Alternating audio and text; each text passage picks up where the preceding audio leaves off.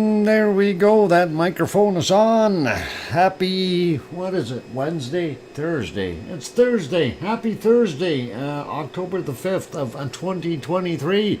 Welcome, everyone. I'm your host, DrFox2000, and you're watching VolcanoX live stream. Well, sort of. I don't know why that stops when I move to another window. Anyway, welcome everyone. Glad to have you all here, and thank you for the welcomes there from all kinds of people. Let's see, we got Nancy Buchanan, who was first today. She got the cookies. Awesome, Nancy, and thank you, Oh Mummy of Hamsters, and John Raper, and I hear you from our wonderful Sue Hayes. And thanks, Mars 2028, and I don't know what JB is doing, but he's looking and peeking and then holding his eyeballs up and waving. All right, JB. Yeah, good to see you. And Condor Sea Stripes in there as well. Awesome. And yeah, we'll get to saying hi to everyone in a second. Yona just popped in as well. Welcome, Yona. Hey, Yona, what's shaking? Oh, I know, that's bad. I hope you're okay. Anyway, let's get at saying hello to our wonderful moderators. First, Arizona Snowman, and of course, Piggy, and Sue, and CND Boy, as well as we got Yvonne Kunkel, and Siggy, and Gary 24/7 Live, AZ Skies, and a whole bunch of others that don't always show up, but hey, sometimes they're in the background as well.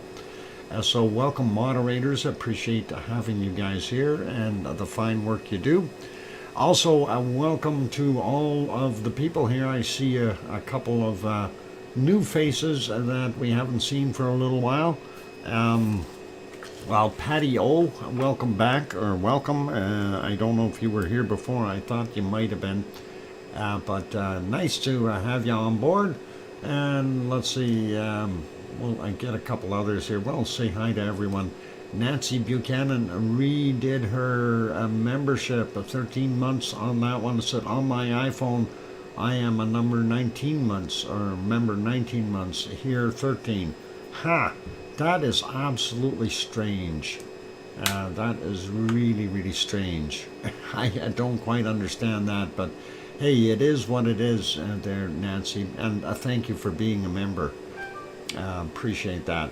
Anyway, let's get at saying hello to everyone, and we'll start out with welcome to John Raper and Condor Sea Stripes, and Mars 2028, and Perfectibility 999, Brian, as well as Henry Nelson, Connie Tyree. We got John already. Oh Mummy of Hamsters in the house. Welcome. Lizoid is here. Punny Dr. Fox, or Punny Doc. Punny Doc? Oh boy, I'm going to be a Punny Doc. Thanks, Linda Schoof. And let's see, Yona is also here. Yona is in Iceland. And, you know, I don't know if you ever heard of the old commercial, Weebles wobble, but they don't fall down. I think that's what you got to feel like in Iceland sometimes. Anyway, I thought that was pretty cool. And no, I'm not making punnies. Or am I? Oh, we'll leave that alone. Welcome, JB. And who else we got in here? Scrolling upward, looking for other names that I haven't mentioned. I already got Patty O. And let's see, we got John. Yep, got Lizoid. Grandma B is here. Welcome, Grandma B. Good to have you back. And going up, Metal Omi 54. Saying hiya back to all you lovely people. And that's awesome. Welcome, Omi. And going up a little bit more, and we see Dan is in the house. Welcome, Dan. We got Lizzo and Aurelie. Philomena, welcome. And let's see, who else we got?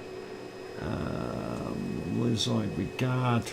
And scrolling up here, looking for more names that I may have missed. And sometimes that happens. I miss a whole bunch. Kevin Williams is here. Welcome, Kevin Williams. And Rachel Carr also here. Welcome back, Rachel. Good to see you. And let's say that's as far up as I go. Going back down to the bottom, Kevin Haynes just popped in as well. I have to run, so God bless all, and we'll see you later. Patty O, you take care of yourself, and thanks for stopping by. If you haven't hit that like button, hit it on the way out, please. And welcome to Tom and Pepper. Hi all, sad day in Chicago. The great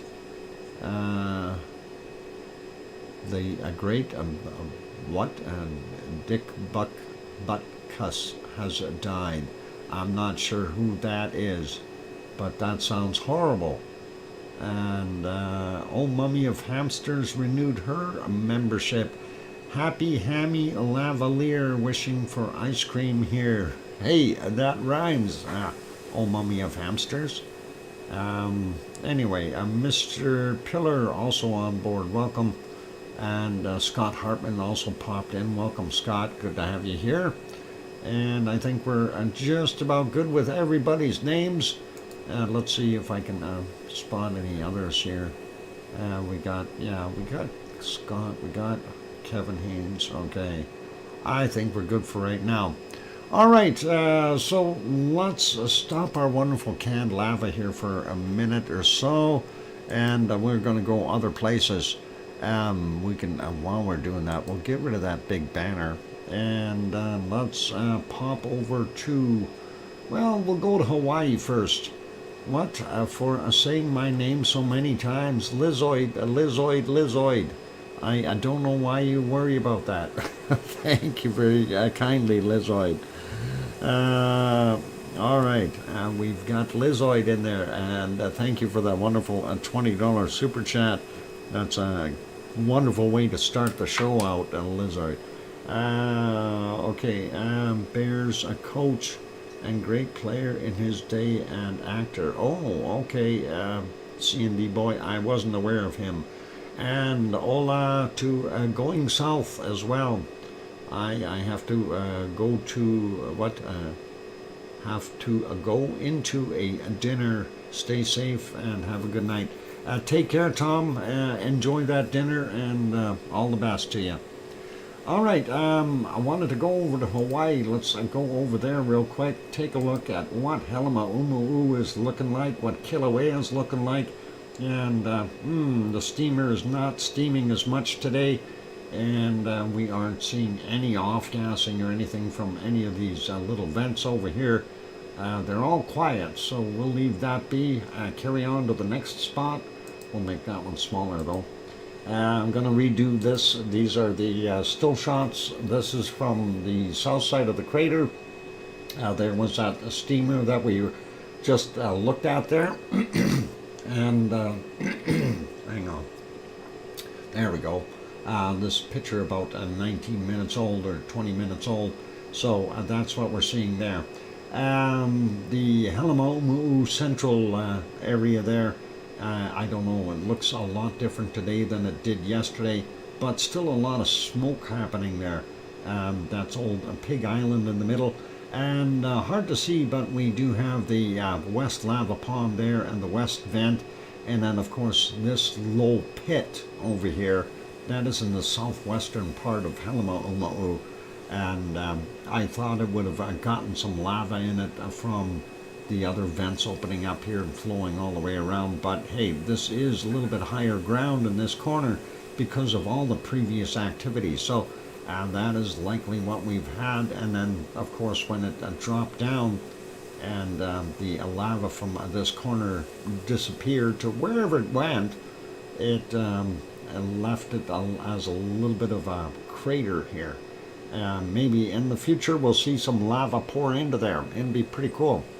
It's swarming along the line southwest of Kilauea. Southwest of Kilauea. Well, we'll have a look at it in a little while when we get to earthquakes. Looking at this, we're going to refresh that one as well. There we go. That's a current shot of Kilauea, Halemaumau, portion over on the other side here, the vents that aren't doing anything, and the steamer from this angle. We do still see some steam coming out of the wall here, and of course you see a fair amount of off-gassing over in this area. It is still quite hot underneath there, and of course there is liquid lava under there, lava and magma. I don't know where the division would be, but hey, it's underneath there. We know that. It's hot, so don't wander on there. My neighbor served leftover seafood dinner. Leftover seafood dinner, eh? You seafood, you eat it. All right, let's carry on, and let's redo the thermal image, see if there's anything new on it. And really doesn't look like it. Everything looks pretty normal. This is the most recent one. That would be our well, where's my mouse? My hamster. Somebody has taken it away again. It happens. And there we go. I can see it better now. That, of course, that central region, and this is our old lava pond, the west lava pond that's empty, and the old west vent area. Not seeing anything new developing there. We're still seeing the warmer patches over here. Along the crust here, we're seeing a little bit lighter material here, so something may have opened up a little bit, but hey, yeah, if just type Hawaii map, you will get that HVO site. Okay, a Hawaii map is what you want to type in, and that'll bring you to that page, and you can click on the tilt meters when you put that in. So if one of the moderators maybe wants to put that in, there you go. Sue did it, and thank you. Anyway, looking at the rest of it here, I could have turned off that other little thing on the bottom. We'll do that now. There we go. Don't see anything else happening there, but that's a pretty normal, I guess. Getting back to this corner here is what I was referring to as the pit. You can see the old vent on the steamer on the other side here, and that's a pig island in the middle, and of course off-gassing fairly heavy. But this is that southwest corner, and you can see it's quite low in here. And of course, when this was erupting, it built up that area and gave it some extra meat, if you will, or height. So pretty cool.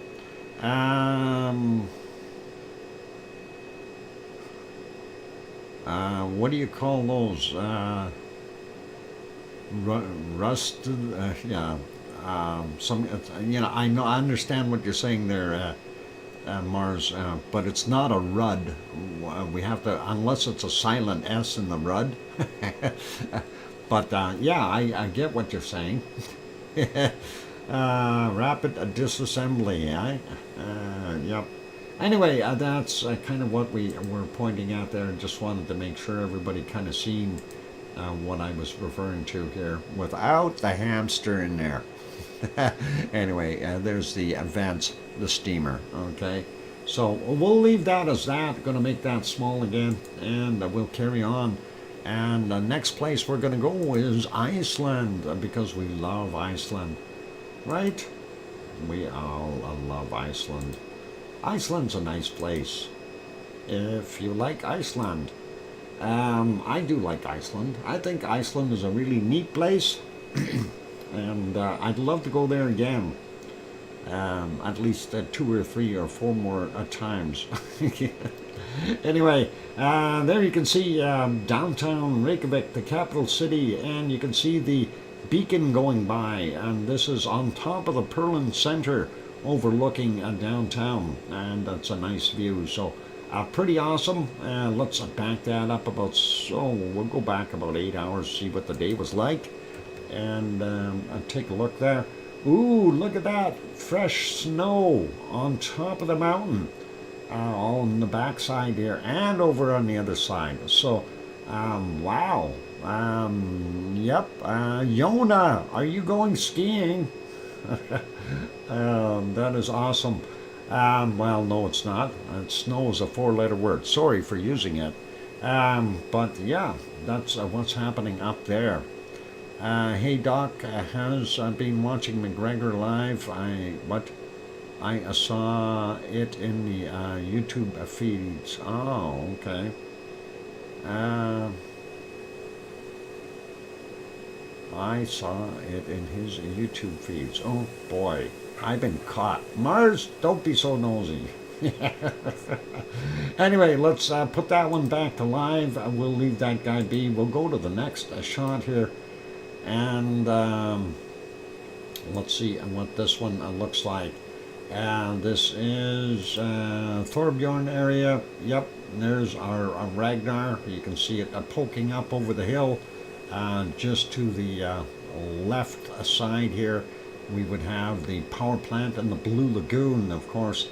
And that's what we're seeing. And not Kriki over in this area. You can see the Atlantic Ocean over on the other side, so that is the view from there. It was raining this morning, so it wasn't the greatest, I guess. If we go back a little bit more, it looked like a little heavier rain in the area. Anyway, let's put that one back on live as well and leave it be and go to our next shot. And this is kind of where we want it, but let's hit that live button because it's going to bounce me back again. And that is the current shot. You can see the silhouette outline of Keilir, and of course Reykjavik in the background, and the city lights reflecting off of the clouds there. If we go back about 6 hours or so, it was raining, as we already know. And there you can see Rebbe, the Rebbe vent, Keilir in the background here, and you aren't able to see too much further. It is steaming a little bit. Of course, that material's still quite hot underneath there. You know, if it's 20 meters thick, you can be assured there's at least 10 meters of hot lava sitting underneath there that is glowing red or yellow yet. So definitely something to consider if you plan on going there. And earlier, about 10 hours ago, there's what it was looking like, rain at that point in time as well. Let's put that one back on live. I don't have much hope for having a look at Katla today, but hey, we'll try it. We'll get over to that one and see if we can spot anything. Of course, this is the nighttime scene. You're not going to see a darn thing anyway. Let's go back about 6 hours and see what kind of commercial we get. No, earbuds. I don't need earbuds. Okay, I don't stick things in my ears. Sorry. That's something that ears aren't made to be poked and prodded with foreign objects. Anyway, there we go. We see nothing, cloud, and it was even worse earlier. And prior to that, was about the same as much later. Anyway, we're not going to see it. As I said, ooh, maybe just the edges right there. You can see a little bit of snow, and that is just the edge of the ice fields where Katla resides and behind there. And if we go all the way back, does it do it? No, it puts it worse. All right, so we're not going to see anything on that screen. Let's take a look at our next one. And this one is likely going to be the same scenario. Let's get it back here a few hours. Yeah, we don't see anything with just the edges there. And if we go back a little bit more, nope, even worse. And let's see if we slide it all the way back to the beginning of the day. Yep, you just see the edges of Katla from this angle. So not going to worry about him. Let's put that back on live. We are seeing some stars and a little bit of northern lights here, if I'm correct. It does look like the northern lights are active. So that actually looks like the Big Dipper. And you northern lights are a go today, so you can see it right there, getting brighter and brighter, and we see the waves in here. So pretty cool shot actually. Let's leave that one be, though, and we'll go to the next one. And that is this guy, and we'll try to get him live as well. This is, why is this all buffering? Come on, do something. There we go. Backing that up, 6.5 hours. This is the camera view from the Reykjanes Peninsula. And let's see, will it go? There we go. Got it moving. There is our steam geyser, and that is one of the, well, it's the main feature of that whole geyser park, if you want to call it that. We also see there's excessive steam coming up. It's steaming in this front area that we haven't seen steam in for quite some time here. So last day or so it's started up again. And of course the extra steam coming out of here, which they just vent off into the atmosphere because they can't use it in their power plant. They have enough. We also see some steam in the background here. That is where the Blue Lagoon and the other power plant is.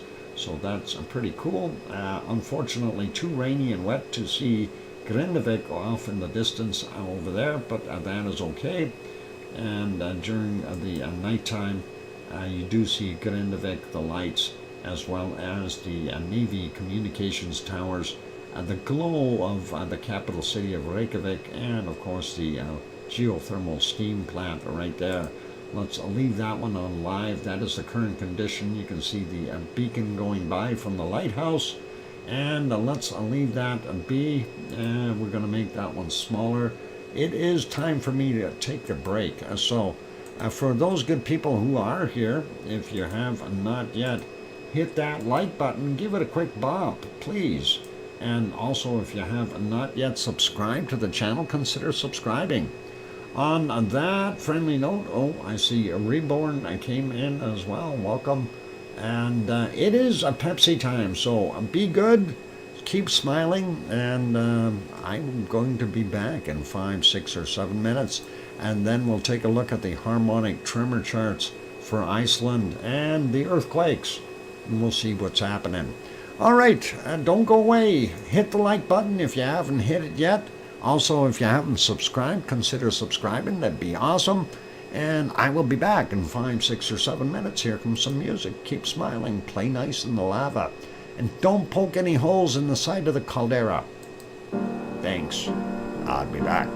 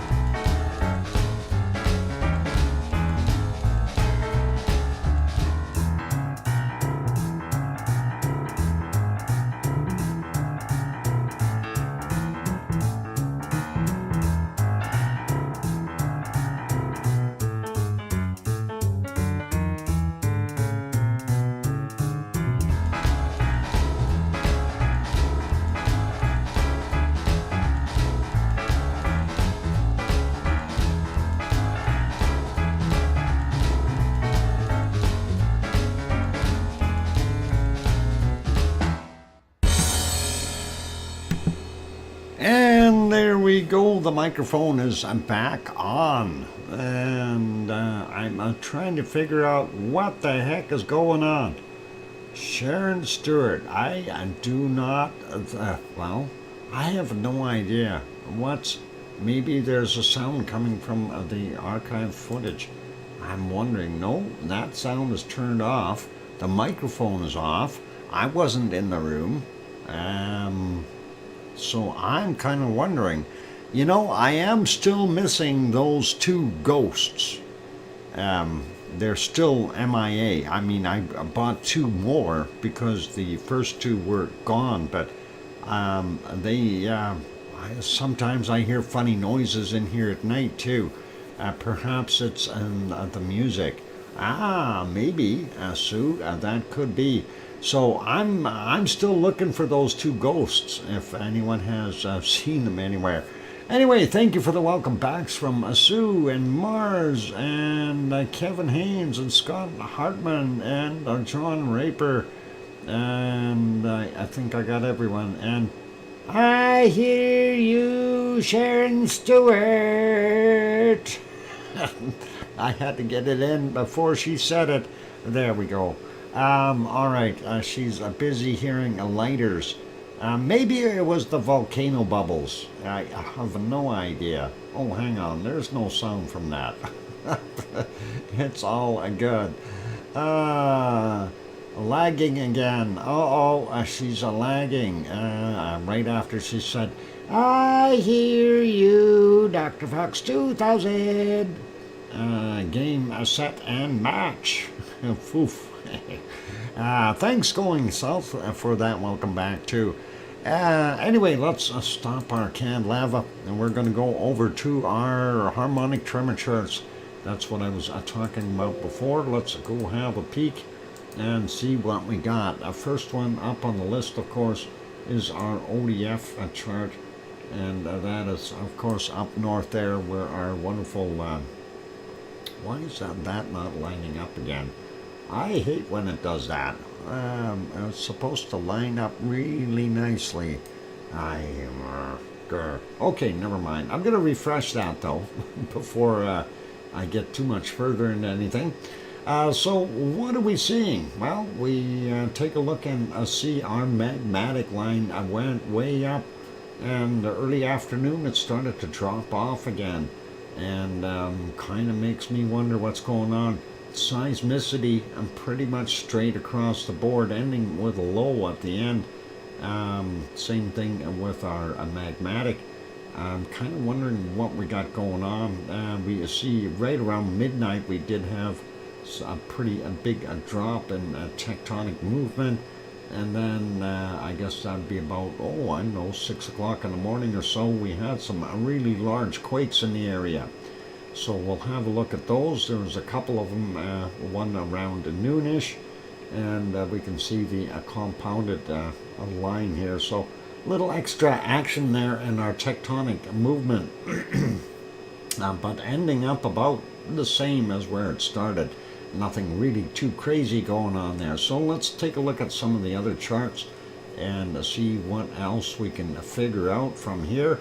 Next one we're going to look at is Krusevik, and that is this one here. And of course, way up and down, very similar magmatic action. Same, looks like it started up a little higher with the seismicity, but ended up about the same. So it wasn't all the way equal to what we had at the ODF chart, but very close to it. And looks like as far as our tectonic, we've seen a little bit of a downslope from yesterday, but we're still a lot higher than most of what we've seen yesterday. And again, we see those big spikes in there, those quakes, and that's like the first wave, one, and there's two. So that's my two waves in there per day. Pretty awesome to be able to see that, and kind of neat. So that's Krusevik. That's to the northeast of Fragadalfjall. The ODF chart is actually the one that's actually for Fragadalfjall now, but that's up on the northern end. Next one we're going to look at is the HRV one, and that is on the east side of our wonderful Fragile Field area. And again, very similar patterns here. We're seeing the magmatic rise up to about noon, and then it started to decline, but this one definitely has stayed up a lot further than the other ones did. And looking at what we've got here, a slight decline in seismicity, but still nothing too outrageous, and a little bit more action there as far as tectonic movement. And of course you see the two major spikes in there, so those quakes must have been fairly close to that sensor. Let's take a look at a couple more here, and next one will be Grindavik, and that is to the southwest of our wonderful Fragile Field area, and there's a Grindavik. Magmatic, yep, definitely did the upward rise, not quite as smooth as the Kristevik or ODF one, but hey, it's still about the same as far as, now this one was just after lunch, that early afternoon that it peaked and subsided a little bit by evening. Again, seismicity pretty much straight across, so kind of makes you wonder what the heck is going on. And then our tectonic, we watched that drop a little bit. That's where we had those spikes. The two big quakes in here where it tried to regain some ground, but you notice they're not off the chart here like they are on the other ones, so we must be a little further away from those larger quakes. Let's have another look at Grimsey. How about Grimsey? Looking at Grimsey, a northernmost point in Iceland, that is Grimsey Island by itself, and we see a definite decline in magmatic, and then it picked back up and kind of stayed level, but ended basically, I guess, just about a little bit lower or almost the same as from where it started. We are still seeing the same kind of a rebound here on our seismicity and our tectonic, and you know, when we see that they're all kind of doing the same thing at the same time, it's usually tectonic movement. And John Raper, thank you for throwing in that wonderful £1.99 super chat. Get that written down, and thank you very kindly. I appreciate the wonderful support, and it all helps. Thanks. There we go. Awesome. All right, let's take a look at, so we got Grimsey, likely some tectonic movement there, and we want to take a look at a couple of the other ones yet. I think Askia is one of them, and we'll take a look at Askia and the one that's right beside Katla. And this is the one that's beside Katla. Austmannsbunga, and we've seen the uptick in magmatic as well here, and it peaked in the afternoon as well. Later, well, a little bit later, noon would be right around here somewhere, but it kind of leveled out and stayed up there from what I can see. And our that was our magmatic. This is our seismatic. Seismicity basically, and we've seen a little bit of a rise around noon. It was where it was up the highest, and kind of leveled off, and we do see it peaking up again here at the end of the day. Makes you wonder if we have some quakes shaking things up, but doesn't look like anything really crazy going on there at Katla. So pretty much straight across as far as a tectonic. At the end of the day, we had a big drop though. I don't know, maybe a quake or some ice movement or something. The other one is Askia, and that is this guy. So seeing our magmatic for this one, slight drop, but you know, ended up about the same as where it started. So magmatic staying pretty steady. A little bit rougher on the seismicity here, as you can see, with the ups and downs that we're seeing in that area.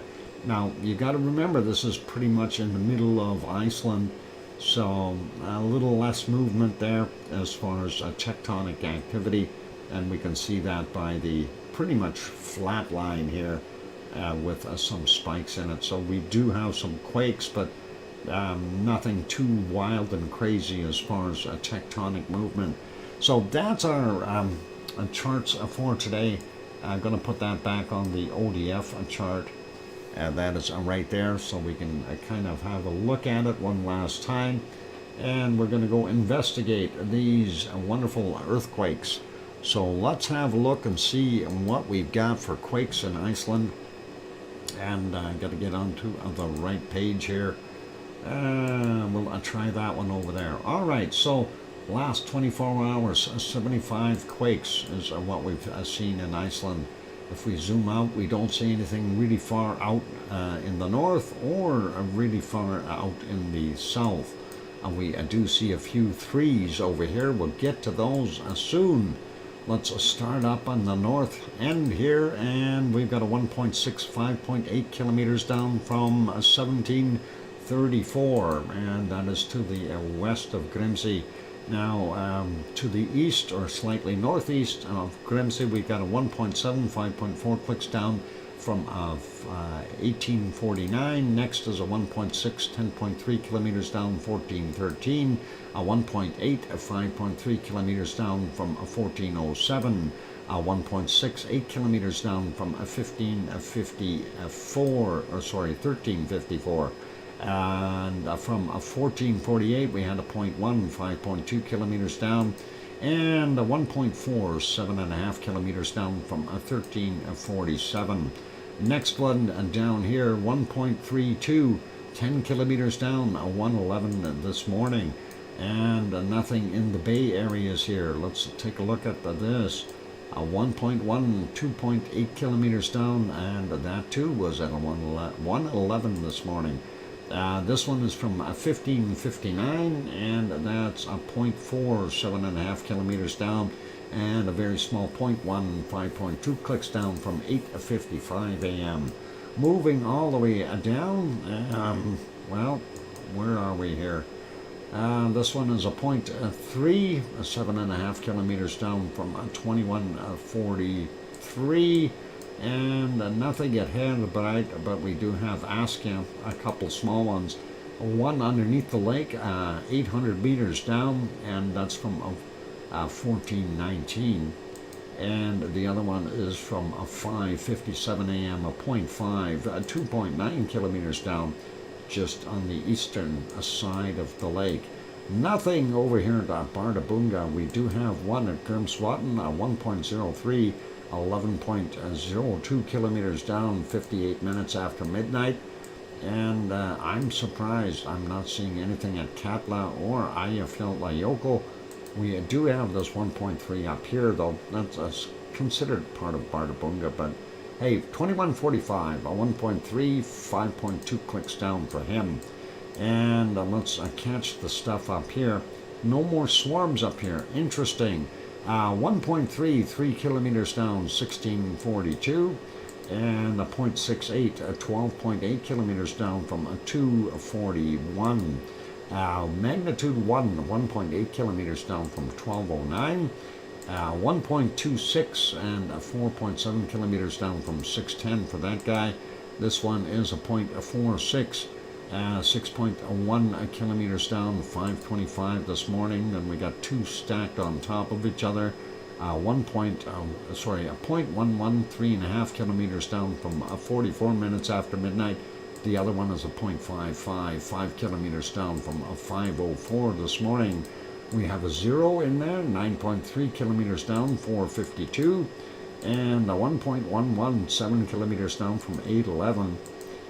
This is from 4:23 in the morning, 1.29, 5.6 kilometers down, and then we've got a 3.28, 5.111 kilometers down, and a 5:29 is the time on it.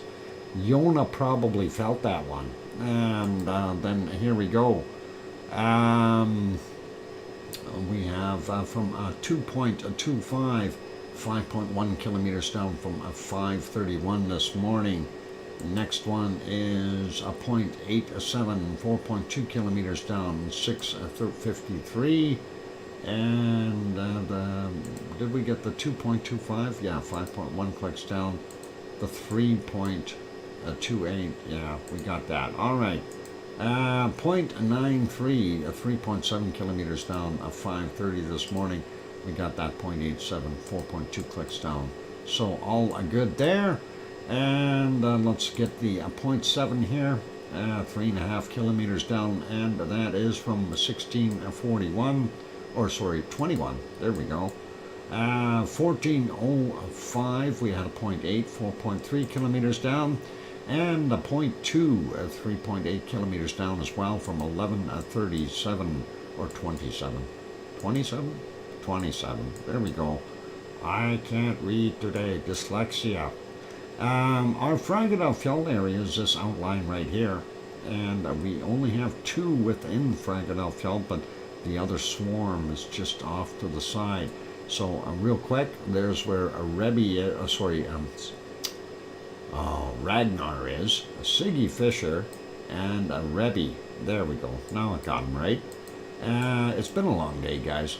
A windy one, so I'm actually kind of windburnt in the face here. 1.03, 6.9 kilometers down from 216 this morning. The other one down here in kind of Knot Creeky area, 0.84, 1.4 kilometers down, 406 this morning. And then we see the a swarm there. This is where the Blue Lagoon is, and the power plant, and the hotel Yvonne stays at. There's this Thorbjorn, and that's where the camera is mounted over on this side, looking over in that direction at our wonderful Ragnar, and that's where that is. But let's take a look at what we got here. 3.17, 5.7 kilometers down, 48 minutes after 9 a.m. The other one that's fairly big, a 2.09, 5.7 kilometers down, 4:49 this morning. And there's lots of quakes here. They're all in that, I guess, a 0.5 and up to about 3 range. 1.09, 6.2 clicks down, 5:21 this morning. A 0.45, 4.4 kilometers down, 7:50. 0.89, 5.06 kilometers down from 8:13. If we zoom in, there's a 5.989. Yeah, 5.6 clicks down, 8:13. The other one is from 9:50, a 0.86, 5.4 kilometers down. 1.03, 5.2 clicks down, 7:45. 1.22, 5.5 kilometers down, 4 minutes after midnight. Sorry, that's wrong. 4 minutes after 5 a.m. Boy, I'm really messing it up. 4:23 is the time on this one. 1.19, 5.8 kilometers down. 0.85, 4.8 kilometers down. 4:56. 1.07, 4.3 kilometers down. 4:55. 1.53, 5.8 clicks down, 4:26. 1.16, 5.5 kilometers down from 4:54. 0.88, 5.5 kilometers down, 4:48. 1.38, 5.7 kilometers down, 4:40 this morning. The 2.09, 5.7 kilometers down, and that is at 4:49. So it gives you a pretty good idea. I don't need to go through the rest of them.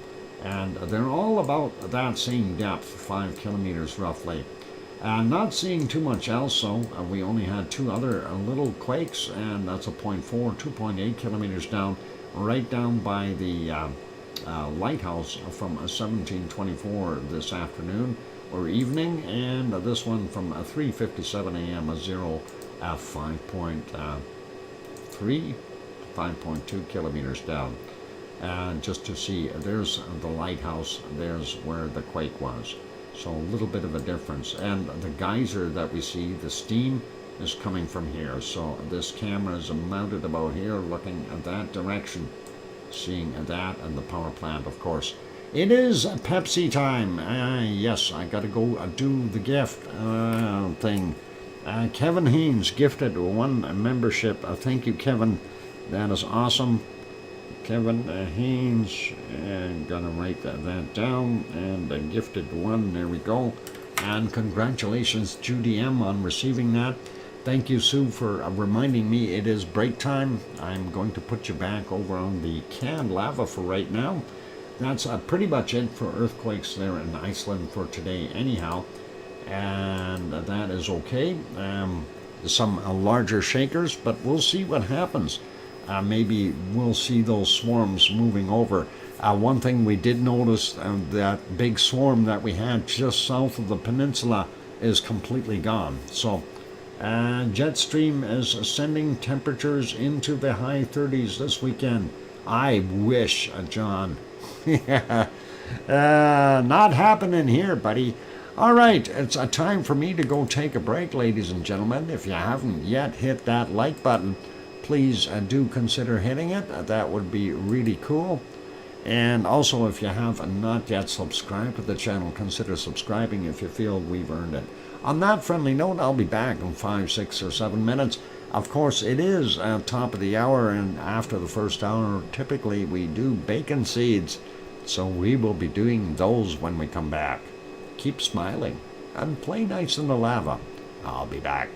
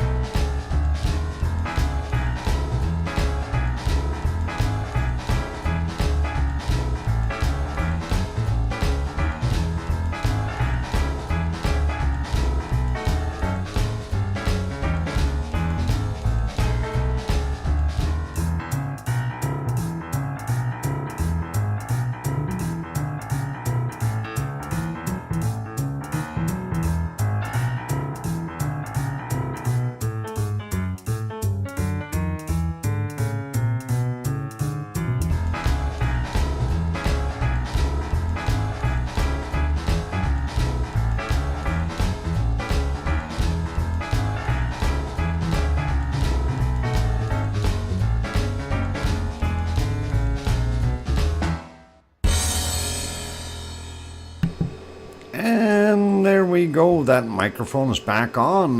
Welcome back, everyone. I'm your host, DrFox2000. You're watching VolcanoX live stream. And let's see. Thank you for the welcome backs from Sue and Kevin and Mummy of Hamsters saying welcome back, Uncle Doc. And thank you, Henry and John as well. And hey, I didn't do that. Oh, maybe I did, but not just now. I hear you, Dr. Fox 2000 from Sharon Stewart. And of course, we've got Mars 2028 saying welcome back. Awesome. I knew German did that, Henry, but it's I didn't know Icelandic was the same way. Oh, they're all the same. They just get a bunch of words and scrunch them together and say, here, pronounce that. LOL, Doc, not LOL lagging. Yep, Icelandic words, they still speak their own language, so it's wild. Anyway, let's park that. A wonderful lava. Let's get over to our wonderful bacon seeds and see what we've got going on for today. And of course, Piggy sent us a bunch more. And I think these were fake bacon seeds. We'll see. Anyway, there's a Piggy sending some new ones. There we go. And let's see what we got going on today. So here's the first one for today.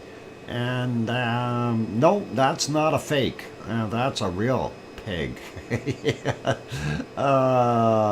I love that outfit. I think they might be getting ready for Halloween or something. Nice beard. Yep. That makes me think of a bad billy goat. Where's Irish Monk when we need him, eh? Anyway, a lumberjack? I don't know about a lumberjack, but it looks more like a goat to me. Let's see. Let's go to the next one. What's this one? I don't know. Musician or cheerleader? Hitting those high notes or the low ones and getting that snout up there. So that is pretty awesome. Traffic cone. Almost. You got a point there, cheerleader. Maybe. I don't know. Let's look at the next one here. What is this? Some kind of an orange rutabaga? I have no idea. Pumpkin, maybe? We'll see what happens. Don't know about that one.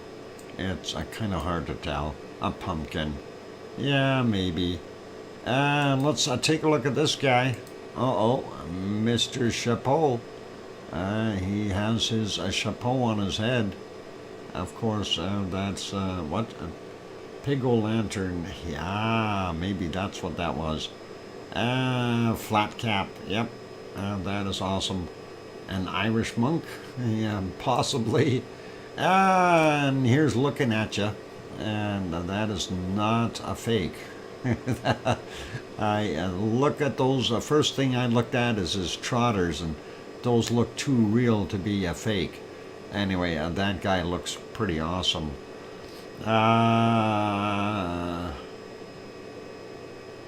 Alright, let's get to the next one. Shiny? Yeah, shiny snout. Here's the next one. Alright, that's it. You're busted. It's Bobby. Bobby the pig. Bobby, what? I'm a penny squeaker too.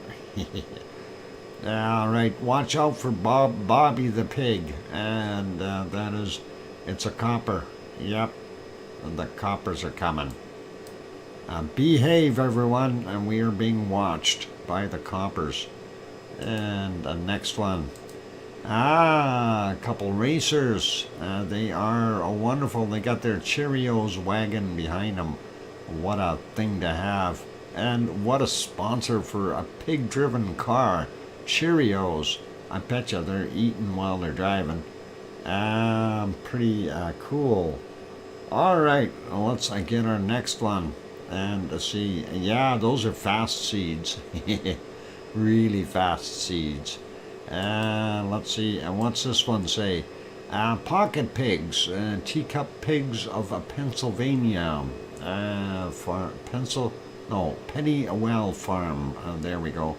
Got that right. Looks like he's ready and packed for a decent picnic there. He's got some grapes and some corn. Awesome. And that is really nice to see. Let's have a look at the next one and see what we got. It's the little things. Yep, living your best life. That is awesome. Little pig in a balloon basket. That is really quite neat. And when pigs fly, there you go. And here's our last bacon seed for today. And let's see what that one says. Rejoicing in ordinary things is not sentimental or trite. It's actually, it takes guts. That is awesome. And yeah, flying a kite, what a way to go. And when pigs fly kites, awesome. I gotta love it. A big thank you to Piggy for sending all of those bacon seeds in. And that is awesome. Really do appreciate that. And very, very cool. And let's carry on with our show. And let's see where we want to go next. I did want to just refresh something here and see how many quakes we had in the Azores today. And we know that there was a continuous onslaught going on there with some of the stuff there. Let's take a look real quick. Same spot again. And this time, actually, we do have one. So this is Pico Island. Sorry, this is Pico Island. This is St. George. Pico Island, Fayal Island, Terceira over here. And everyone was worried about Terceira, but there's no other quakes there, so I don't think that's the place to worry about. 2.5 hours ago, roughly, 1.98 kilometers down there in our wonderful St. George, and that was from 2147 UTC or GMT. And not anything too crazy there. Let's take a look here. We zoom in a little bit. We've got 5 left. I'm not going to worry too much about these. 3.2, 5 clicks down, 2140.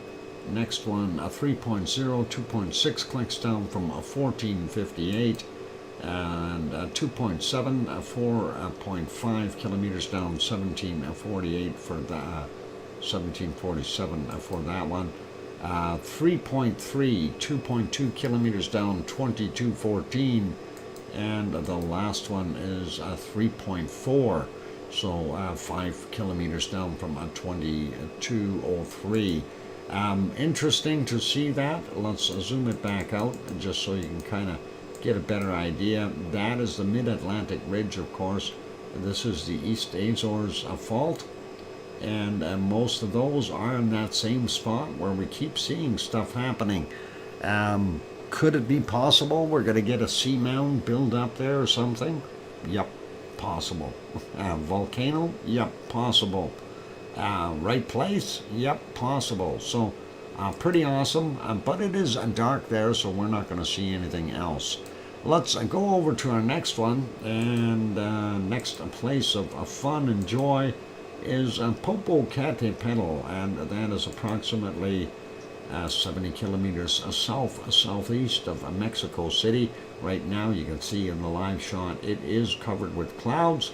If we go back, let's see, roughly about 2 hours ago, we can kind of sort of see it a little bit better. Not quite as much cloud there. You can see it is billowing out something. It's billowing out commercials. That is always nice. There we go.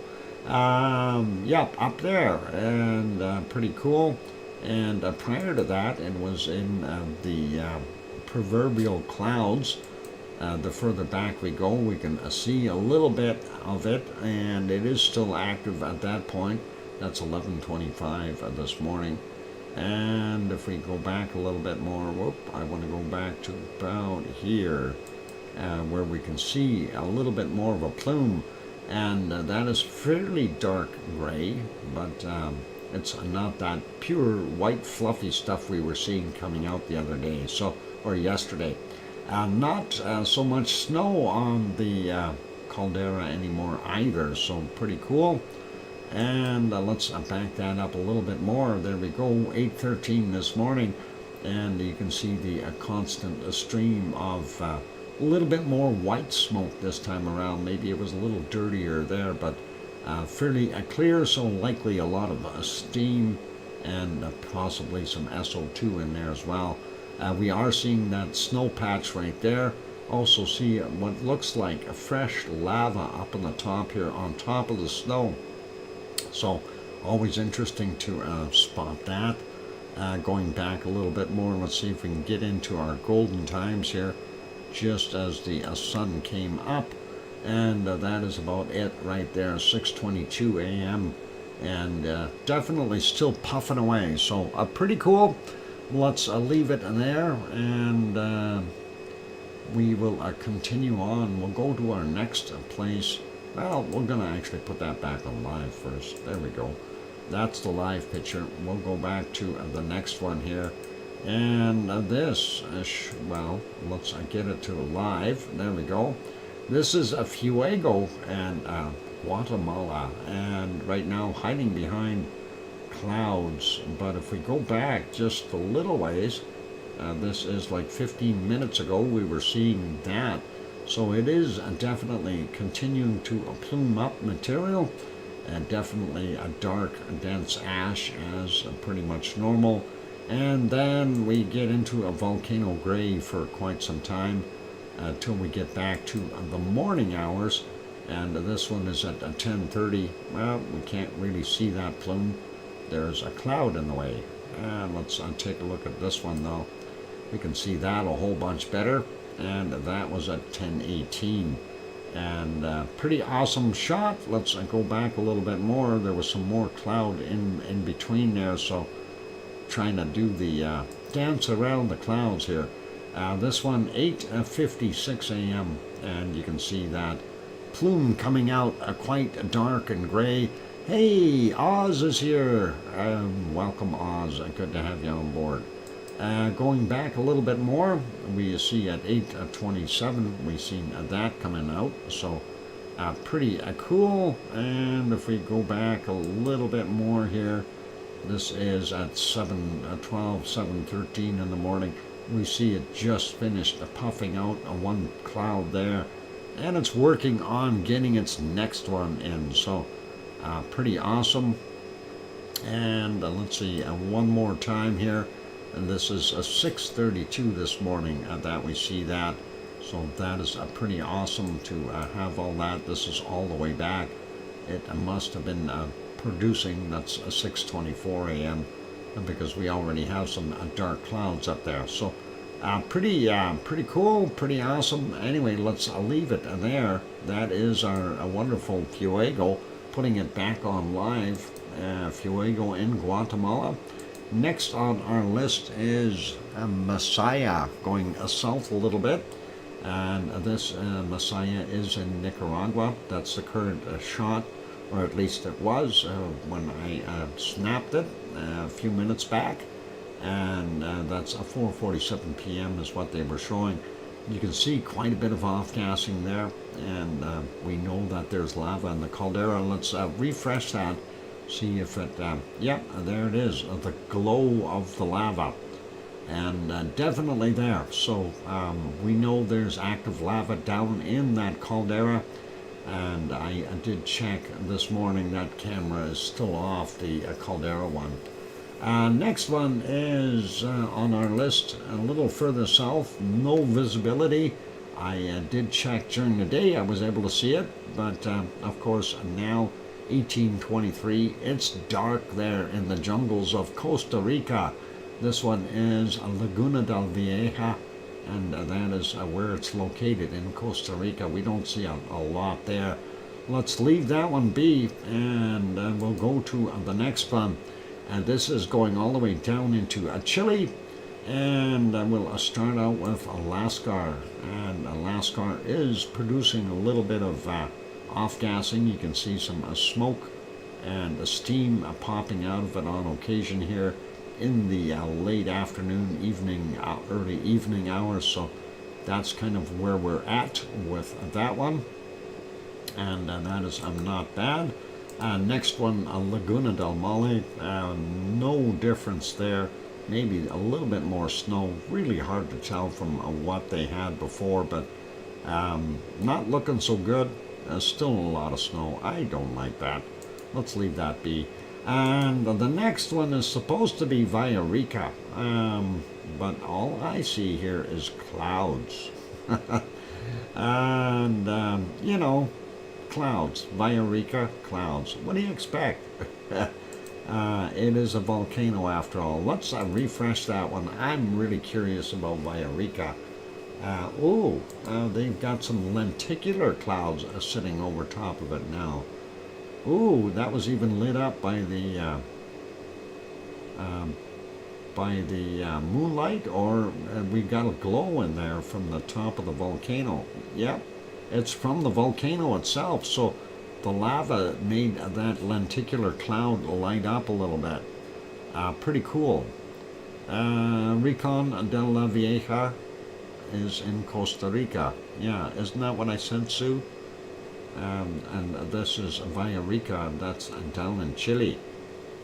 Kind of a neat picture when we see that lit up there. So all good. Okay, let's take that one and leave it be. Yeah, I don't know if we want to get into the next one, but we can. Popping over. No, Laguna del Vieja. Uh-oh, did I say Laguna del Vieja? If I said that, I do apologize. It's supposed to be Rincon de la Vieja in Costa Rica for that other one. This one. But, you know, you can really call it what you want because you can't see it. And, of course, that's what it is. Let's leave it be, and that is my bad. Oh well, I guess I boo-booed. You know, and that's one of the things that can happen on a show like this. When you're doing these things and you get tired and your kind of mind is somewhere else, and you're doing a non-scripted show, and sometimes the words, you look at it and the words just don't come out right. And that is something pretty bizarre, right? Workmate, what? John Raper, workmate. I make them Oxford scholars. Oxford scholars. Hey, Oz, can you make me an Oxford scholar too? Oh, my verbiage sometimes just doesn't come out right. It's 1:30 a.m. here. Oh boy, it's not quite that late here. But it is a time for me to go take a break, ladies and gentlemen. For those good people who are here, if you have not yet hit that like button, give it a quick bop. Help us out that way. Also, if you have not yet subscribed to the channel, consider subscribing if you feel we've earned it. And no problem, Sue. Do your phone call, and so our spell checker is gone for now, but she'll be back, I hope, soon. All right, break time. Here comes some music, and keep smiling. Play nice in the lava, you guys. I'll be back.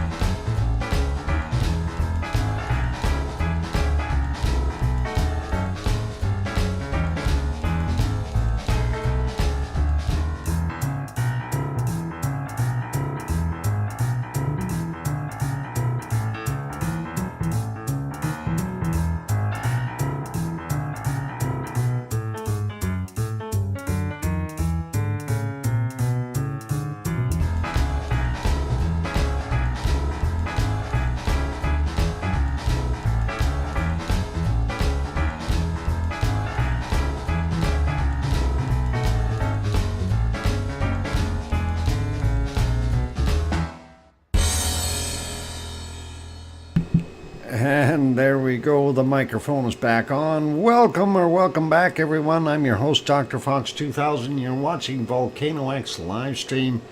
And, of course, I'm your host. I'm your host. DrFox2000 here in Edmonton, Alberta, Canada. There we go.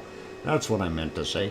Thanks for the welcome backs from Yvonne and Mars 2028 and Cananaskis country is here. Welcome. And thank you. And all right, it's a joke time. Well, I don't know. You'll think it's funny. Anyway, since it's getting closer to Halloween, I figured I'll throw in a joke today. And anyway, it's about a husband and wife. And it starts out like this. Husband stabs vampire with a wooden stake. The wife, oh my God.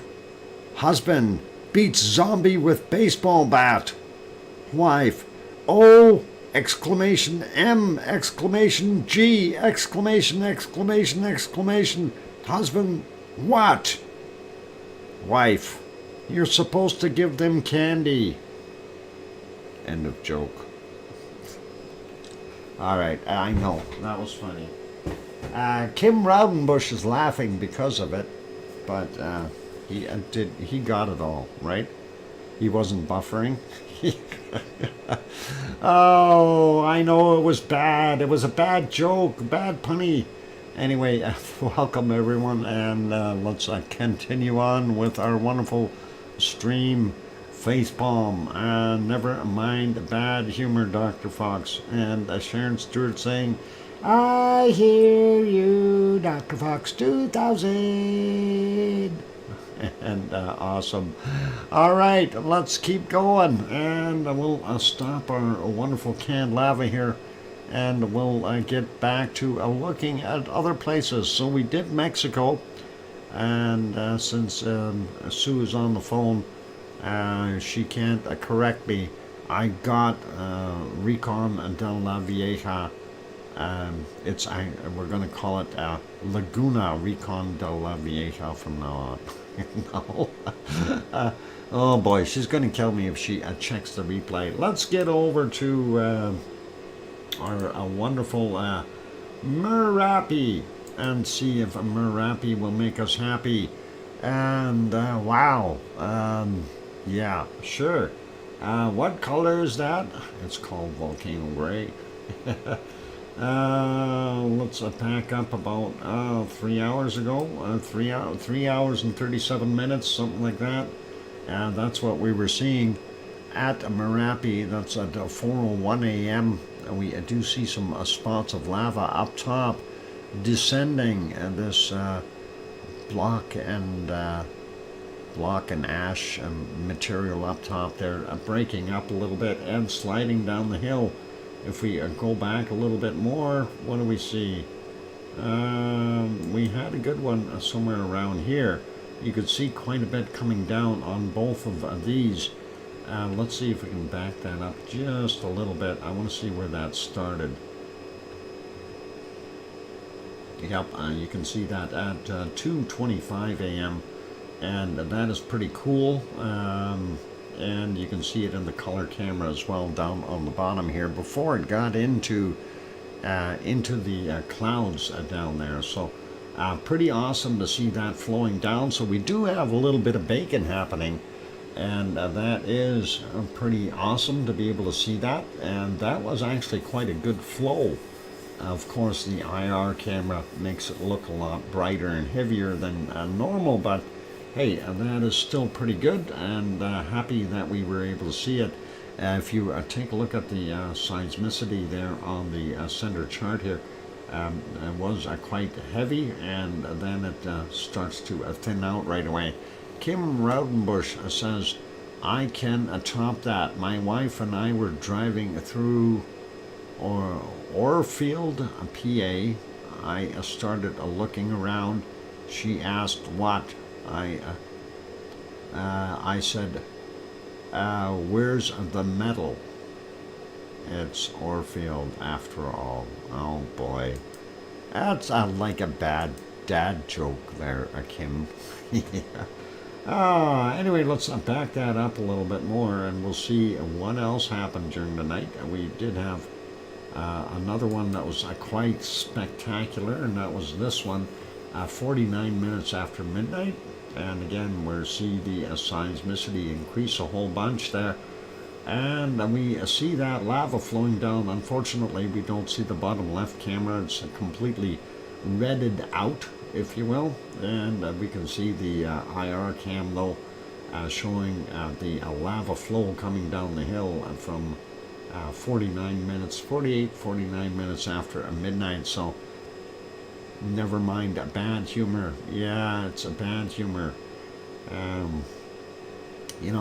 Mars, if you don't use your humor verbiage, though, it gets a little rusty, and I can tell you, Kim will tell you that. He's kind of stuck there. You might even need to get a tetanus shot if you get too much of that.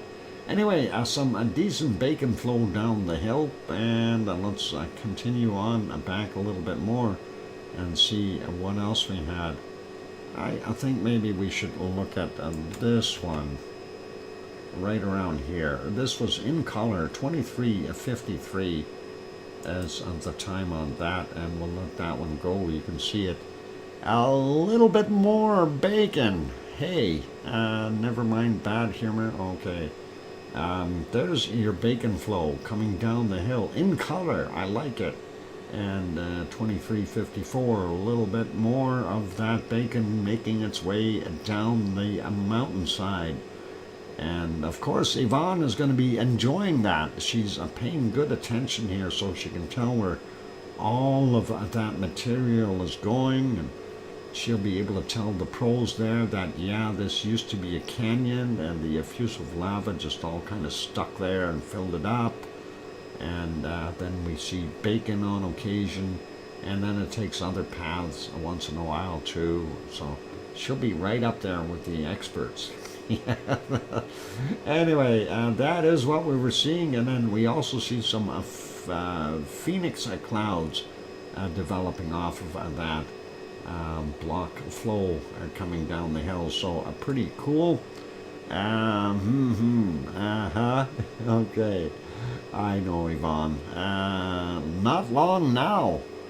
Yvonne, you got to make sure you got to send us more pictures of than you ever have before, and try to do nice ones. Some time lapses would be cool while you're down there. I know, 8 days. 8 days. And how long does it take to get there? A day and a half? No. You're going to be awful tired with your arms flapping for so long. Anyway, looking at that, we see more of the kind of ash and a phoenix cloud, if you will, from that flow, really sitting up high there. So pretty cool.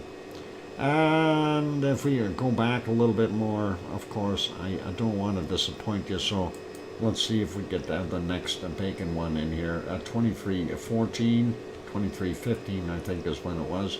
23:14, yeah. And there you can see this was about 15 minutes earlier than the other one. So pretty awesome to see extra bacon coming down the hill. And there you go. And yeah, for those people who aren't aware of that, Yvonne is heading to Indonesia. She will be out there in 8 days or thereabouts. And she's going to be enjoying palm trees, big bugs, and volcanoes. And I don't know how many volcanoes you're going to go to, Yvonne. You said Merapi and Semeru. Are you going to go over to Krakatau, son of Krakatoa, and maybe Luotalak, and or maybe Ijan? That would be really cool. Don't drink the water, as according to Kim Raudenbush. I thought they used to say that about Mexico. Don't drink the water. 3, Merapi, Semeru, and Krakatau. Awesome, nice choices. But you know, if you get a chance to go over to Egen to see blue lava, I would recommend that. I haven't been there, but if I was there, I'd be going there. I want to see blue lava. The high sulfur content, just, you know, from afar. Don't be too close. That stuff's not good for you. Anyway, while I'm yakking here, we do see more of that Phoenix cloud development over here, and then we see a secondary run of lava coming down, and that is pretty cool to see that coming down the other side. So that's a separate event. Doc, they say that about everywhere. Okay, okay, have fun in Indonesia and Vaughan. Just don't feed the monkeys; they bite. Yeah, yeah. Be careful with the monkeys. They'll bite. They'll steal your camera. They'll do all kinds of things. Keep your wallet in the right place, and don't forget to carry a little billy club, because sometimes you have to smack them. Anyway, there we go. I don't know if that's legal. Ignore that. Bacon and coming down the hill. Gotta love it, you guys. And we did have some, and I was speaking of other paths that the stuff takes. Here's another one, Yvonne, this side over here. So that block stuff up top here has got multiple holes in it, and every once in a while we see that flow coming down the other ones, and that is pretty cool. You can see that on the IR cam here as well. So pretty cool. It'll flow out in multiple ways. Very, very neat to see that. And one last show of bacon coming down the hill. And we'll let this one run, and then we'll get on to our next volcano. Otherwise, we'll be here for another hour or two watching lava flow. Actually, I think, we have another one we need to go to. Yeah, we have one more to look at after this, because that one was quite good. I do need a drink of Pepsi though, so hang on. Are those holes on the back side? I don't know what's the back side or the front side. Thanks, we'll do it. Or rather, don't. Anyway, that's a lot of bacon coming down there, so I'm hoping that the Merapi will be that active when you get there, Yvonne, because that will be a sight for you to be able to see that block lava detaching and rolling down the hill. That'd be really cool. And my cab driver in Rio stopped to feed the monkeys on the way back from the statue, Yvonne Coco. They definitely not good thinking. Okay, not good thinking. All right. Anyway, you can see how that IR cam on the bottom left is really, really lit up with the showing where that flow pushed downward. Anyway, that is pretty awesome to see. Let's go to that other one that I was talking about. There is one more here. It's fairly intense. So I want to find it and get you onto it. Where to go? It was a huge. We'll go to about there. And this was at 2048. And you can see how that is already lit up there in the IR. And of course you see the seismicity going nuts here, or a magmatic signal, whichever it is. And we also see it on this chart here, the tremors. Pretty awesome though, looking at that bacon flow. And definitely a lot of bacon coming down in that eruption. So worthy of having a look for sure. And that's what I hope happens when you're there, Yvonne. And hopefully you're nowhere near the edge. I hope you get to sit back and see it from afar a little bit. Pretty cool though, and nice to see. And if you're looking up at the top here, you can see this other spot now is starting to eject some magma or lava as well. So pretty cool. You hope so too? Yep. And there's that other path again. So nice to see it taking that path over on this side with a little bit of extra lava from that block of flow up top there. Really cool, and like watching that. That is pretty awesome. All right, let's get over to our next one. That's just about it though for this one anyway. It did have some eruptions prior to that, but like I said, if we spend too much time here, we'll forget about the rest of the stream. I'm going to put that one back on live, and then we'll get over to this guy. It's buffering, but let's see if we can get it to a live shot. And there we go. That is Mount Ruapehu in New Zealand. I'm just going to put it back to a spot where we can actually see the mountain. And there it is from 1344. That's a few minutes ago, 9-10 minutes ago. So pretty awesome, and lots of fresh snow up top from the looks of things. And they're panning and zooming and looking for skiers, I think. And we are not seeing too many things happening here in the rocks. Let's see if we move that ahead a little bit. There's your ski lift stuff, and I don't see it moving. And might be some people down here skiing. I can't really tell. But yep, lots of snow up top there. So that is pretty awesome. Putting it back onto a live though, and seeing what we've got. There's Mount Ruapehu from afar, and we see it there. There, the zoom back in just a tad to fill the screen. Very nice. So lots of fresh snow on there, and they're getting into their spring season now. So hopefully it'll be all right for them. Let's put that back on small, and we'll go to our next one, and we're going to take a look at Taupo. And of course Taupo is to the north of Mount Ruapehu, and of course there we go. You can see the whole thing here, or a good chunk of it. Anyway, the lake is the caldera for Taupo. In the background, you can see Mount Ruapehu hiding behind that mountain chain, and that's where it's located. It's nice to see. It's clear enough that we can actually see what's going on there today. Apparently, it was buffering, but it's pretty close to being live. 1:54 in the afternoon, or just about 2 p.m., and very little breeze there. It's buffering again. We did see the flags waving. Anyway, they may have some internet trouble. That's okay. We'll leave it as that though. So this a shot, of course, courtesy of Suncourt Hotel and Conference Center there in Taupo.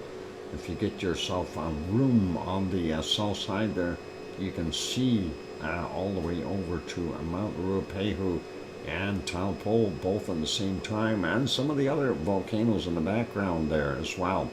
Pretty awesome, and we'll leave it as that. It is getting closer to break time. Let's see if we can pop over to one more volcano real quick, and we're going to go, well, maybe 2 or 3. Semeru is the next one on our list. Just gotta find it. I know it's here somewhere, and that's not Semeru. This is, and let's see what Semeru is doing. Let's get it live. Why does it do that to me? There we go. All right, a live action, 7:55 a.m. Semeru, East Java, Indonesia. That is another one Yvonne will be visiting, and she'll be going right up that causeway here. No, don't do that, Yvonne. But you can certainly walk along the edges here and see what it looks like. Looking pretty good though, and unfortunately earlier it has this problem, and that's clouditis. If we go back even further, we don't see it at all. Wow, that's a 3:25 a.m. I have no idea. Is that raining, snowing, fog? What the heck is going on? What about right here? We have a speedy bugs zipping by at 1:27 a.m. And if we go back a little bit more, we do see some stars in the background. We see a silhouette outline of our wonderful Semeru, but we're not seeing any action happening up here in the caldera, unfortunately. So maybe we'll see it do something in the future. Backing up a little bit more. Nope, got worse. So we'll leave it as that. No views of our wonderful Semeru. That's back on live. You can see it is now giving off a little bit of puffy gases up top there. So obviously something's going on. Welcome back there, Sue. I'm glad that you got your thing fixed up there, or a phone call. And yes, this is a Laguna del Semeru, and Laguna del oh, hang on, I wasn't supposed to say that. Semeru in East Java. Anyway, let's leave it as that, and that is all good. Next one, let's see if we have anything from our lava TV cabs. Nope, nothing new on Mayon. So let's check the next one on the list, and that is Ta'al Meditation, and nothing new from them either. Darn it. Okay, have to get ready for work. Thanks for another great stream, DrFox2000, mods, lavaliers, and lava family. Have a great day/night, everyone, and enjoy the rest of the show. See you later. All right, Yvonne, you take care, and be good, and stay safe at work, and have a wonderful work day. So anyway, let's take a look at this one. Update from, how do we get rid of that noisy volume? There we go. That is our update of a Ta'al volcano from Madame Rutsa, and she did a run there. It doesn't look like there was any off-gassing that I was seeing, and there she panned past it. Yeah, nothing too crazy going on, so looks fairly quiet to me, so we'll leave that be, and that's it for today for that one, and we'll get that off the picture, and we'll carry on here. It is break time, ladies and gentlemen. So what we will do is go put you back on the canned lava, and we'll get that running. And there, we got it running. All right. Be good and be kind. Hit that like button if you haven't done that as of yet. Also, if you have not yet subscribed, consider subscribing if you feel we earned it. And on that friendly note, again, good night, or sorry, a good work day, Yvonne, not good night. And stay safe, and of course, everyone else, if you haven't hit that like button, give it a bump. If you haven't subscribed, hit that subscribe button.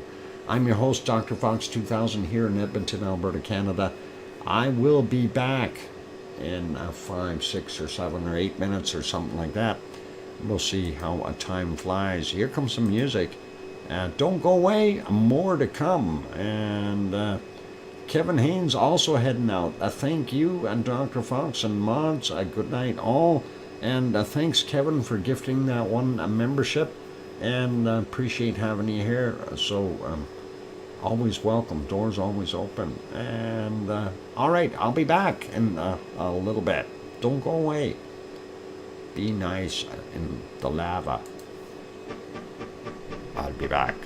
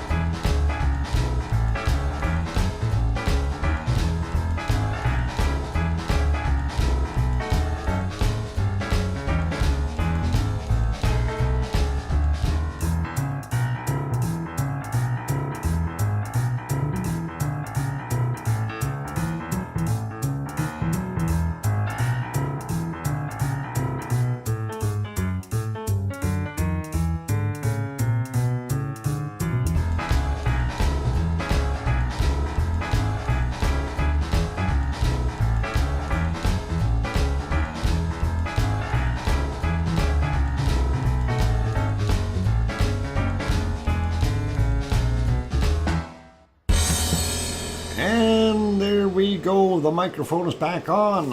Welcome back, everyone. I'm your host, DrFox2000. You're watching VolcanoX live stream. And, yep, what's at Dr. Fox? Look, your new island, Foxy Jima, is still trying to crown, push, dock, push, yeah. Oh, we're trying. Thank you for the welcome backs from Sue in Kananaska's country and Oz, of course, and going south. And I can hear you, Dr. Fox 2000 from Sharon Stewart. And at one point during the La Palma eruption, a bunch of dogs and cats were trapped on islands of lava.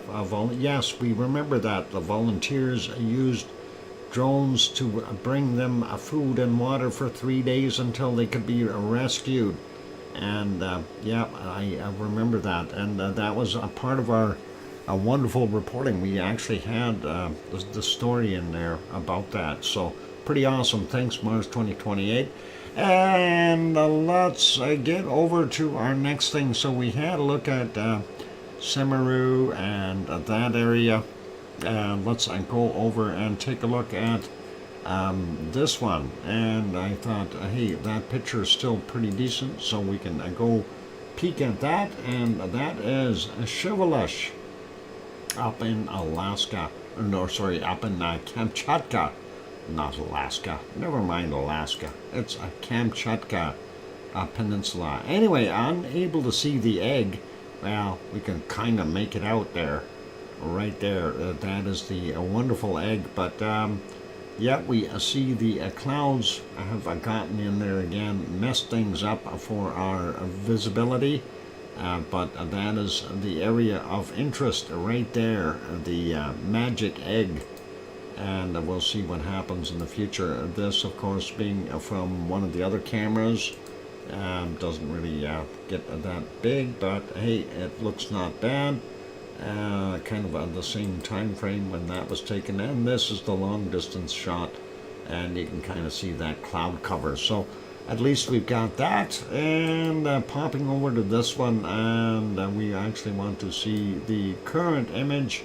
I'm going to refresh that, see what it looks like. And that is our Sheldon. And the Sheldon is doing its thing. Let's take a quick peek at the 24-hour time lapse that they have. I don't think we're going to see a heck of a lot. It was poor weather. And yeah, I don't think we're going to see anything today other than a bunch of clouds and, well, maybe just a couple of shots in there of the volcano, but nothing erupting. So we'll leave it as that. I'm not going to worry about that one. Next one, we're going to go over to Japan and see if our ice cream boat is in. No ice cream boat. Forget it. They're being mean to us again. Still no ice cream boat. What is going on? Did they reduce the schedule of the ice cream boats or something? Next time somebody runs down to the dock to get ice cream, please check the schedule and let me know. I'm really kind of getting disappointed here. Every time we get here, no boat. What's going on? You know, like, who's running this show here? Anyway, Sakurajima volcano happens to be in the background of this nice ice cream boat shot. Just figured we'd talk about that for a second. I don't want to live anymore, Doc. Don't worry. The ice cream boat will be here within half an hour. Sue's going to go out and find it. She'll get us ice cream. Anyway, that is our closer up shot, Sakurajima, and you can see it off-gassing that little vent on the side here, continuing to do its thing, and of course the main one up top. There's two up there actually. What if it's a fall now, Dr. Fox? So there are probably fewer people taking the boat now. That's southern Japan. Mars. I don't think that would do much. End of summer deliberation. The drive up was okay. No worries. Anyway, let's leave that. I'm going to go back in time here, see if we see some lava in the nighttime stuff. Anyway, at 5:20, we see a little bit of a glow there, but nothing really crazy. Let's go back a little bit more. And this is at 3:54 a.m. Hard to see, but there is a little bit of an orangey glow there. Not as prominent as what it was the other day, or yesterday, rather than the other day. So I don't know if it's just cooled down a bunch or what the heck is going on. But that's what we had. 136 it looked like that. If we go back a little bit more, and again, hard to tell with the plume kind of being lit up by moonlight. It's hard to see if that is actually. It does look like a little bit of orange glow in there, but I don't know. It's kind of iffy. Going a little bit further back, and that is somewhere around 11 p.m. Yeah, I say there was a little bit of a glow there, but nothing too crazy. So things may be calming down at Sakurajima, and back to live. So that's all okay. Quick check. No ice cream boat. Nope. Back to the. Well, we'll go to the next one. And this one is quite clear and bright today. Very nice to see that. Why is it so low in quality though? It looks out of focus or something. Anyway, this is ASO, and of course ASO is a huge caldera. We're just seeing a small part of it, and the active vent area, if you want to call it that. There's kind of a small caldera and with a more like a lake inside, and every time it rains it captures that rainwater in that caldera, and of course it starts to because the floor of the caldera is hot, it starts to steam off, and we get gases and steam coming off of it, as you can see right there. So pretty awesome. If we go back hour and a half, we see about the same, a little bit more off gassing maybe. And if we go back to just right as the sun was rising, I want to see if we can spot anything there. And there you can see quite a bit of a plume there, and kind of a reddish tinge in that yellow up top. And that is pretty nice to see. That's indicating there's a fairly large amount of SO2 in the air. So pretty cool to see that. All right, let's put that back on live. We're going to make that one smaller. Go to our next one. And this is Asama. Asama, about 100 kilometers to the west of Tokyo. And as we can see, it's got cloud sitting right on top of the caldera. There it's gone, but it's got more cloud right beside it, so very hard to tell what's going on there. Let's back that up a little bit, further back in time, 4 hours and 40 minutes ago. Kind of a hazy sky in the background, but we do see that the volcano was putting out some gases, and that is pretty cool, pretty awesome. And going back a little bit more into the nighttime stuff, and there you go. You can see some stars in the background, 3:30 in the morning there for them, and it's definitely off gassing. Thank you to the moon for lighting that up. And then prior to that we had clouds in there, so I don't think we're going to see much more. Well, maybe a little bit.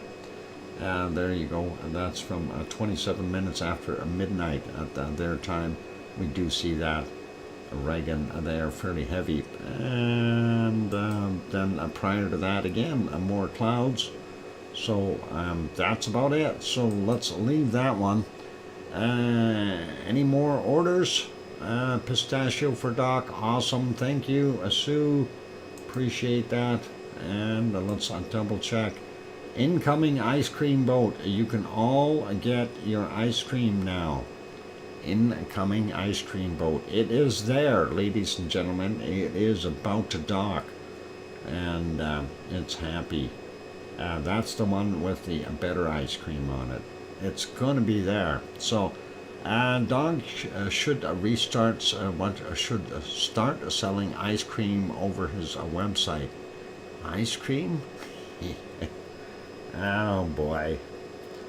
You make it pretty tough there, going south. That is a logistical nightmare.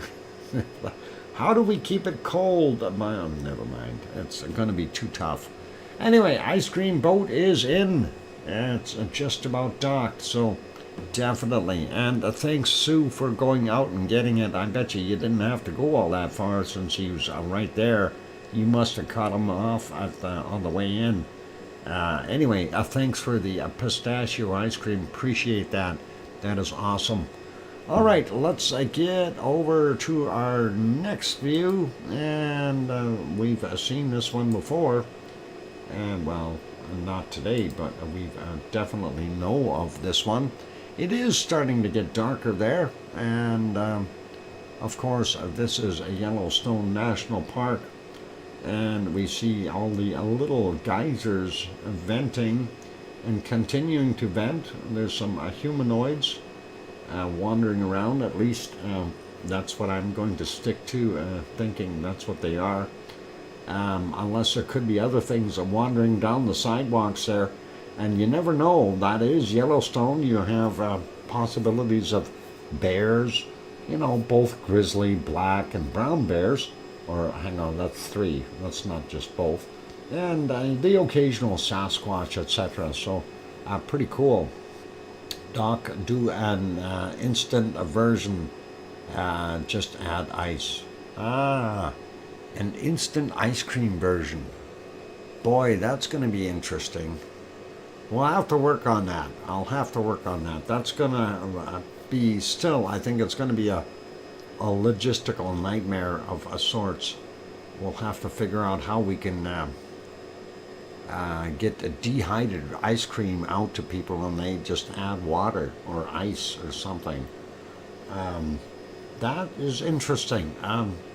Very unique concept, I think. All right, let's put it back over here, though, on our canned lava for now. And we'll do the volcano report real quick. Let's see if we can get it on there and get that moving again. Volcano report. All right, let's get at it. And oh, good, only a 2 from yesterday. Oh, 14 from today. Wow. Late Wednesday's volcanic activity. 2 volcanoes. Reventador in Ecuador, volcanic ash emissions possible to 16,000 feet. 4,900 meters reported at 22:30. Semeru, East Java, Indonesia, discrete eruption to 15,000 feet, 4,600 meters reported at 22:45. And that's our yesterday's volcanoes. Today's, all 14 of them are coming up at Thursday's volcanic activity, 14 volcanoes. Let's start out with Ibu, Halmahera Island, Indonesia, volcanic ash emissions to 7,000 feet, 2,100 meters, reported at 30 minutes after midnight. When they finished looking at that, they peeked over at Tukono, also on Halmahera Island in Indonesia, volcanic ash to 8,000 feet. Well, I figured it must have shot up a little higher than Ibu. 2,400 meters reported at 45 minutes after midnight. And then we've got Sangay in Ecuador, frequent volcanic ash emissions to 21,000 feet, 6,400 meters, reported at 1 a.m.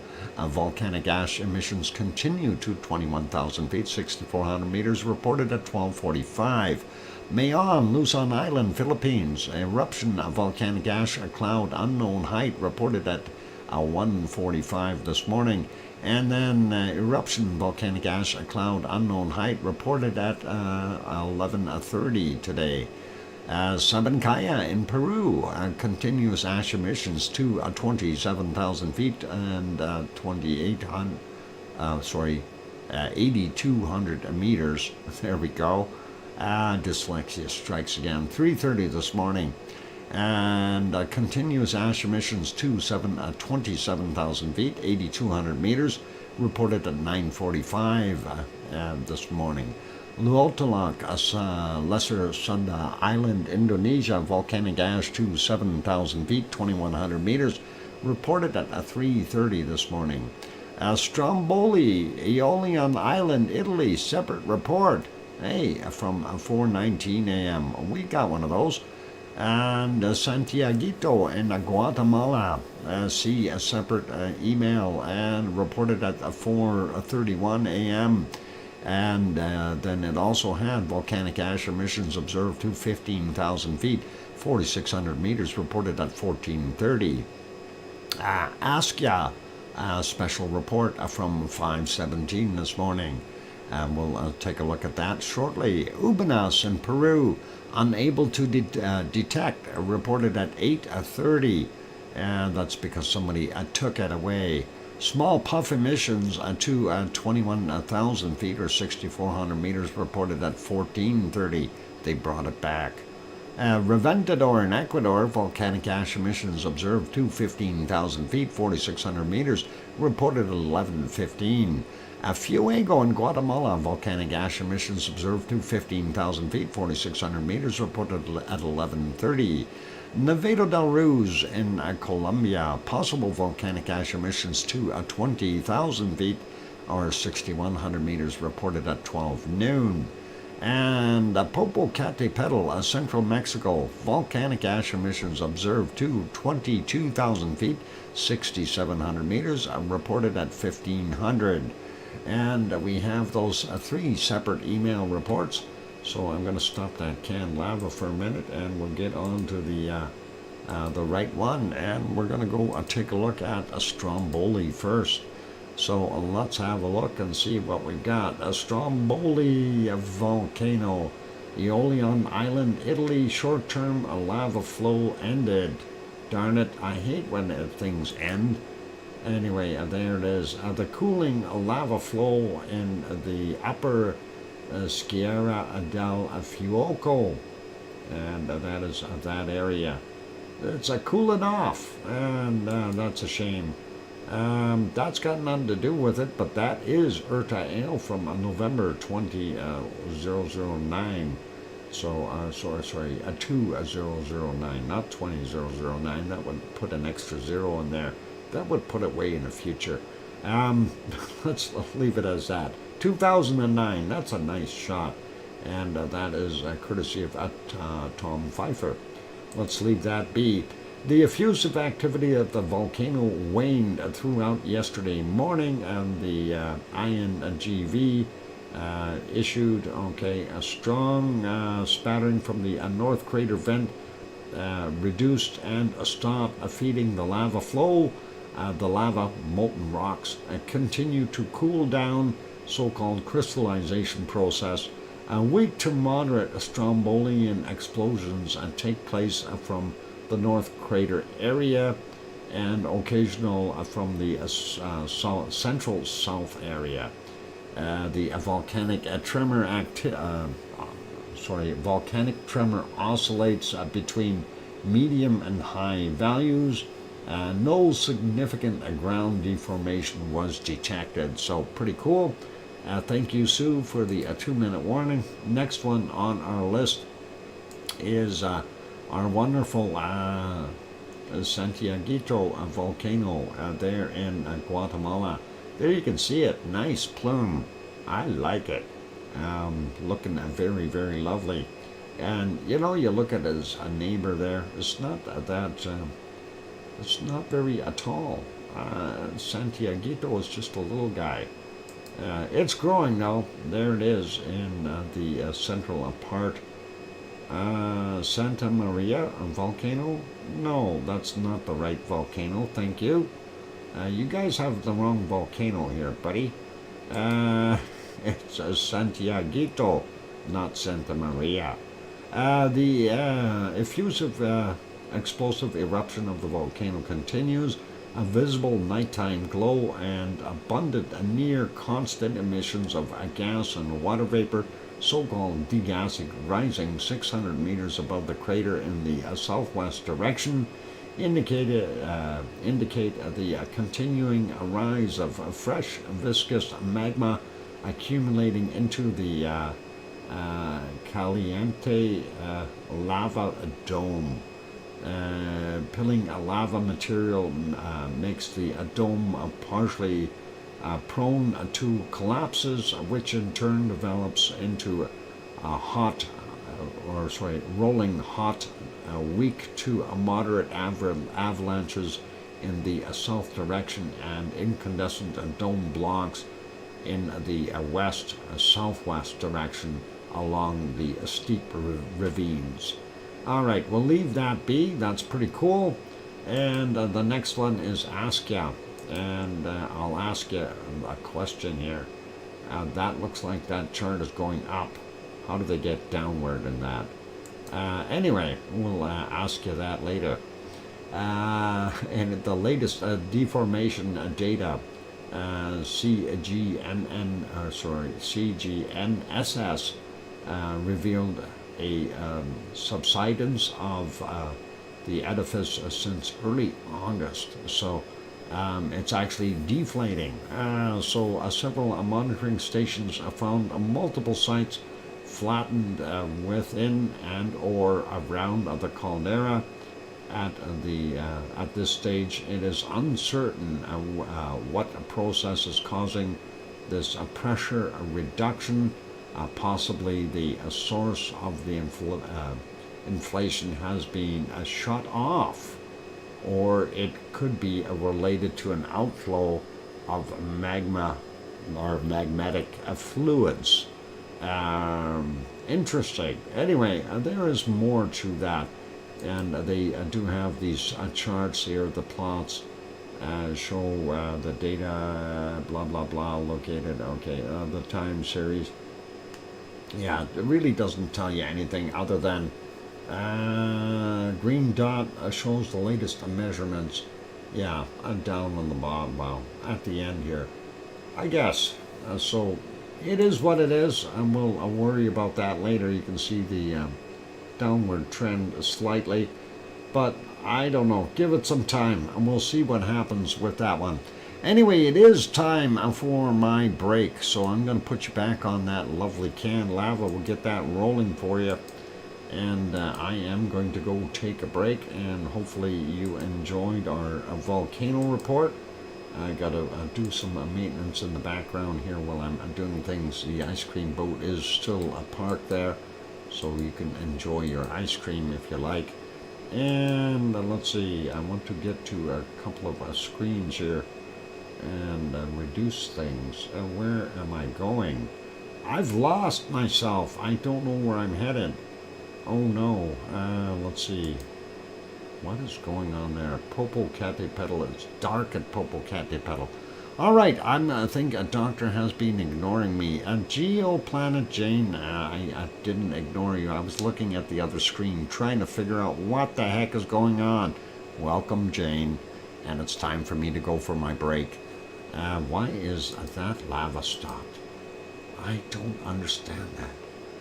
Somebody stopped the lava, and Wonky's not even here.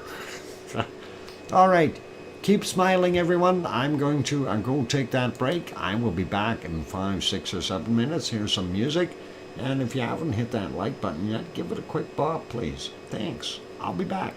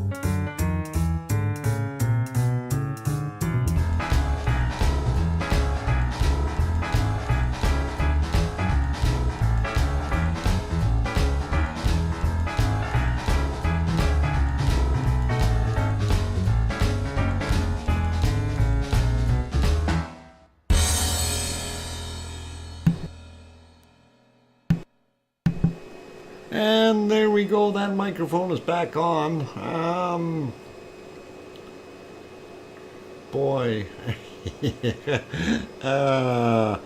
It all depends on what that bot does there and how you provoke him there going south. And 35 feet of snow. Where'd you live, Tahoe? Thank you for the welcome backs from Sue and Mars and Kananaskis country and Grandma B. Appreciate all of you and glad you're all. Sapporo, up in Japan. Okay, yeah, they would get a lot of snow up there. And I hear you, Dr. Fox 2000 from Sharon Stewart. And then Grandma B throws in a $3 super chat. Grandma B. Got it in there. Awesome. Thank you very kindly for your wonderful support, Grandma B. And appreciate that. Very kind. And all right, so let's continue on with what we were doing. We were taking a look at all the places around the world. And now it's time to take a look and see what we've got happening, or shaking, if you want to call it that. And there's lots of shaking going on. So let's start out where we normally start out, and there's no shaking going on up there. But hey, that's okay. That is the Kamchatka Peninsula of Russia. We don't see anything there today, and all quiet. Sapporo, for those who need to know, Sapporo is here, and yeah, this whole island gets just tons and tons of snow, and some earthquakes, and the occasional tsunami. Anyway, we'll get to those in a bit. Anyway, looking at the Aleutian Islands, nothing really new that's big and huge or fantastic or make us go ooh and ah. So we'll carry on looking at the western side of North America, not seeing too much there either. Really nothing crazy. We do see some bigger ones here. 3.0 in Atoya, Texas, or very close to Atoya. What else we got? 2.7 Western Texas, and a bunch of little ones here as well. 2.4. So just a few kicking around there. 2.1. Just so we're aware of them, and that's in Texas. So, but I thought everything in Texas was big. Those quakes are very small. This looks like Colombia or Peru or maybe Ecuador. I don't know. How about Ecuador? 4.7 from 1455. 10 kilometers down for that one, sliding down the coastline. Here we are in Chile, top end of Chile, a 4.5 from 1613. 128.5 kilometers down for that one. Sliding down, checking the South Sandwich Islands, nothing there. Zoom out a little bit, checking the other fault lines here. Don't see a heck of a lot. Nothing new in New Zealand. And we only see one in Fiji today, a 4.3 from 1 a.m., 563.8 kilometers down. Moving a little bit further to the west. And this is Ambon, Indonesia area, 5.0. And that's just to the north of the Banda Sea. Well, that is actually part of the Banda Sea in here, this region. So, and this is a very, very deep place on the planet. Very interesting to see islands right beside it, and then very deep. Always fascinates me how things can live there and not slide down into the water and get leveled out. Looks like nothing else in Java or Sumatra or any of the other places there. It looks pretty calm. Going up on bottom end of the Philippines, 4.5 from 2138 yesterday, 106.4 kilometers down for that. And then we see this one right next to Taiwan, 4.9 from 253 this morning, 21.3 kilometers down. Now, getting over here, this is where our, hang on, my Foxyjima Island is going to come up. That is over here, Foxyjima. That was a name by our wonderful Oz. Izu Island region, 5.0 from 2341 yesterday, 10 clicks down. And then we got a 4.9, 601 this morning, 11.8 clicks down. Hang on, what did I say? A 4.9. This next one is a 6.1 from a 1959 yesterday. That's 10 kilometers down. Then we had a 5.4 yesterday, 2006. 10 clicks down. We had a 4.8 today, 2:50 a.m. 10 kilometers down. And this one here is 5.4 at Laguna del Izu Islands. Oh, hang on, that's not a Laguna. Oh, is Sue listening? Yikes.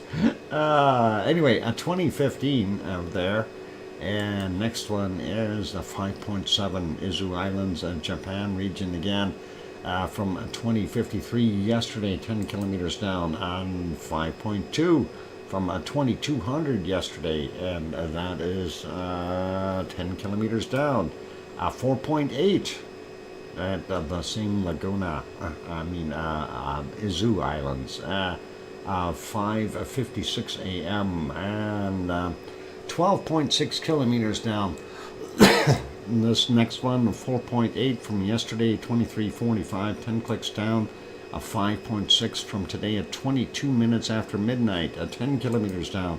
A 5.1 from 48 minutes after midnight, and 10 kilometers down. And a 4.9 from 8:53 a.m., 10 kilometers down for that guy. I'm surprised we're not seeing that new island pop up yet. We did have another one by itself over here, and that's also 5.2 from the 1556 and 10 kilometers down. Icebergs? What? There are icebergs to be seen off the shore of Okhotsk.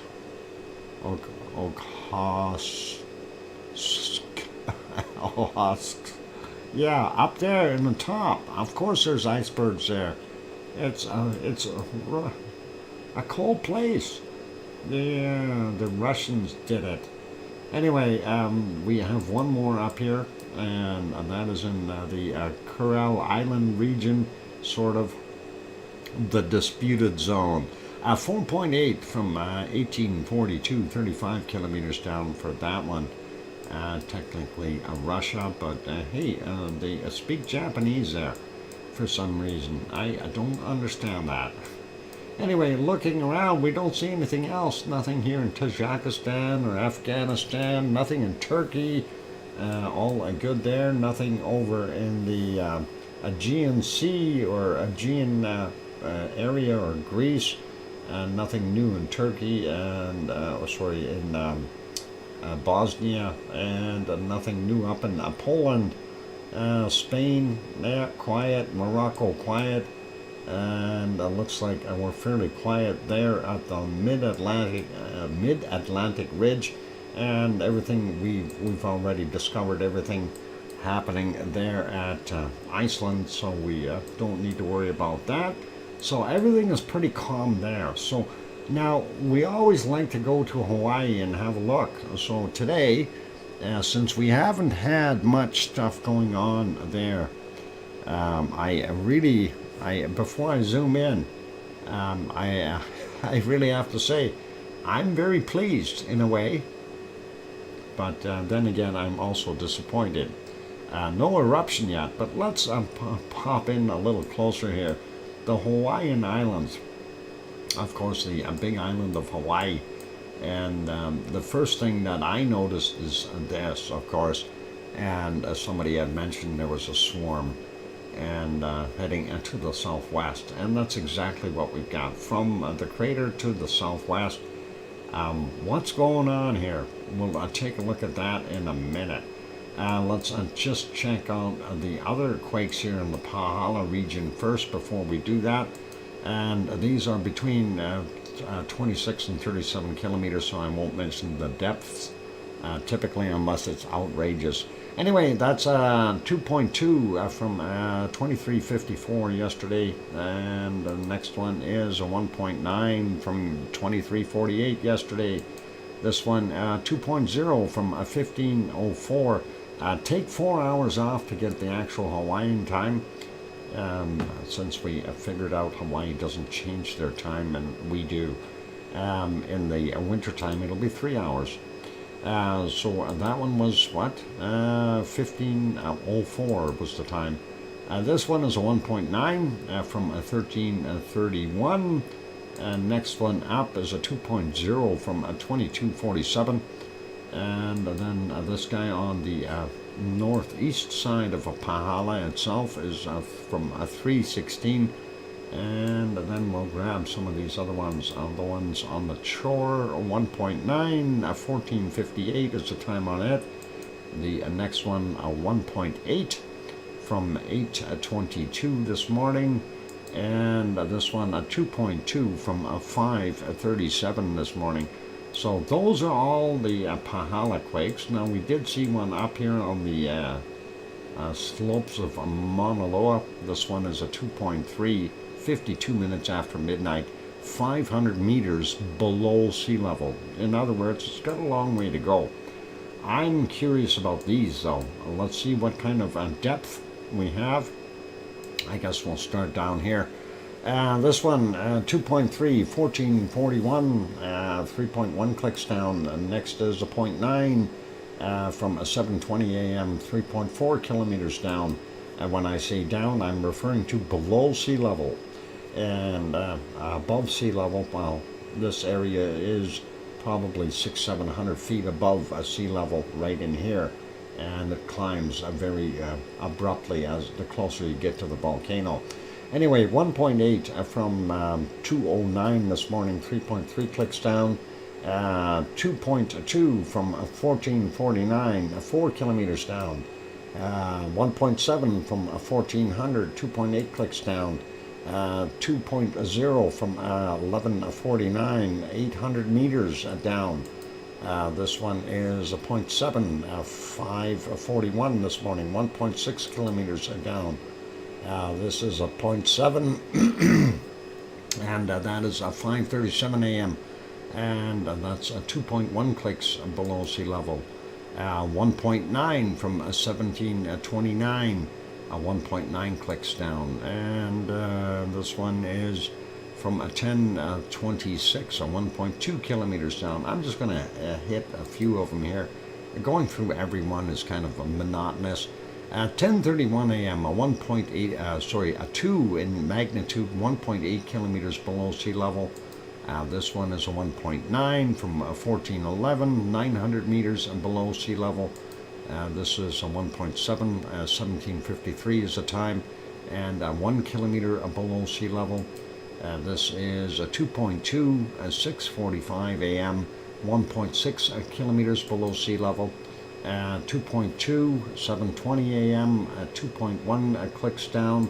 The latest one on there, 2.2, and that's from 1937, 1.5 kilometers below sea level. Another 2.2 there.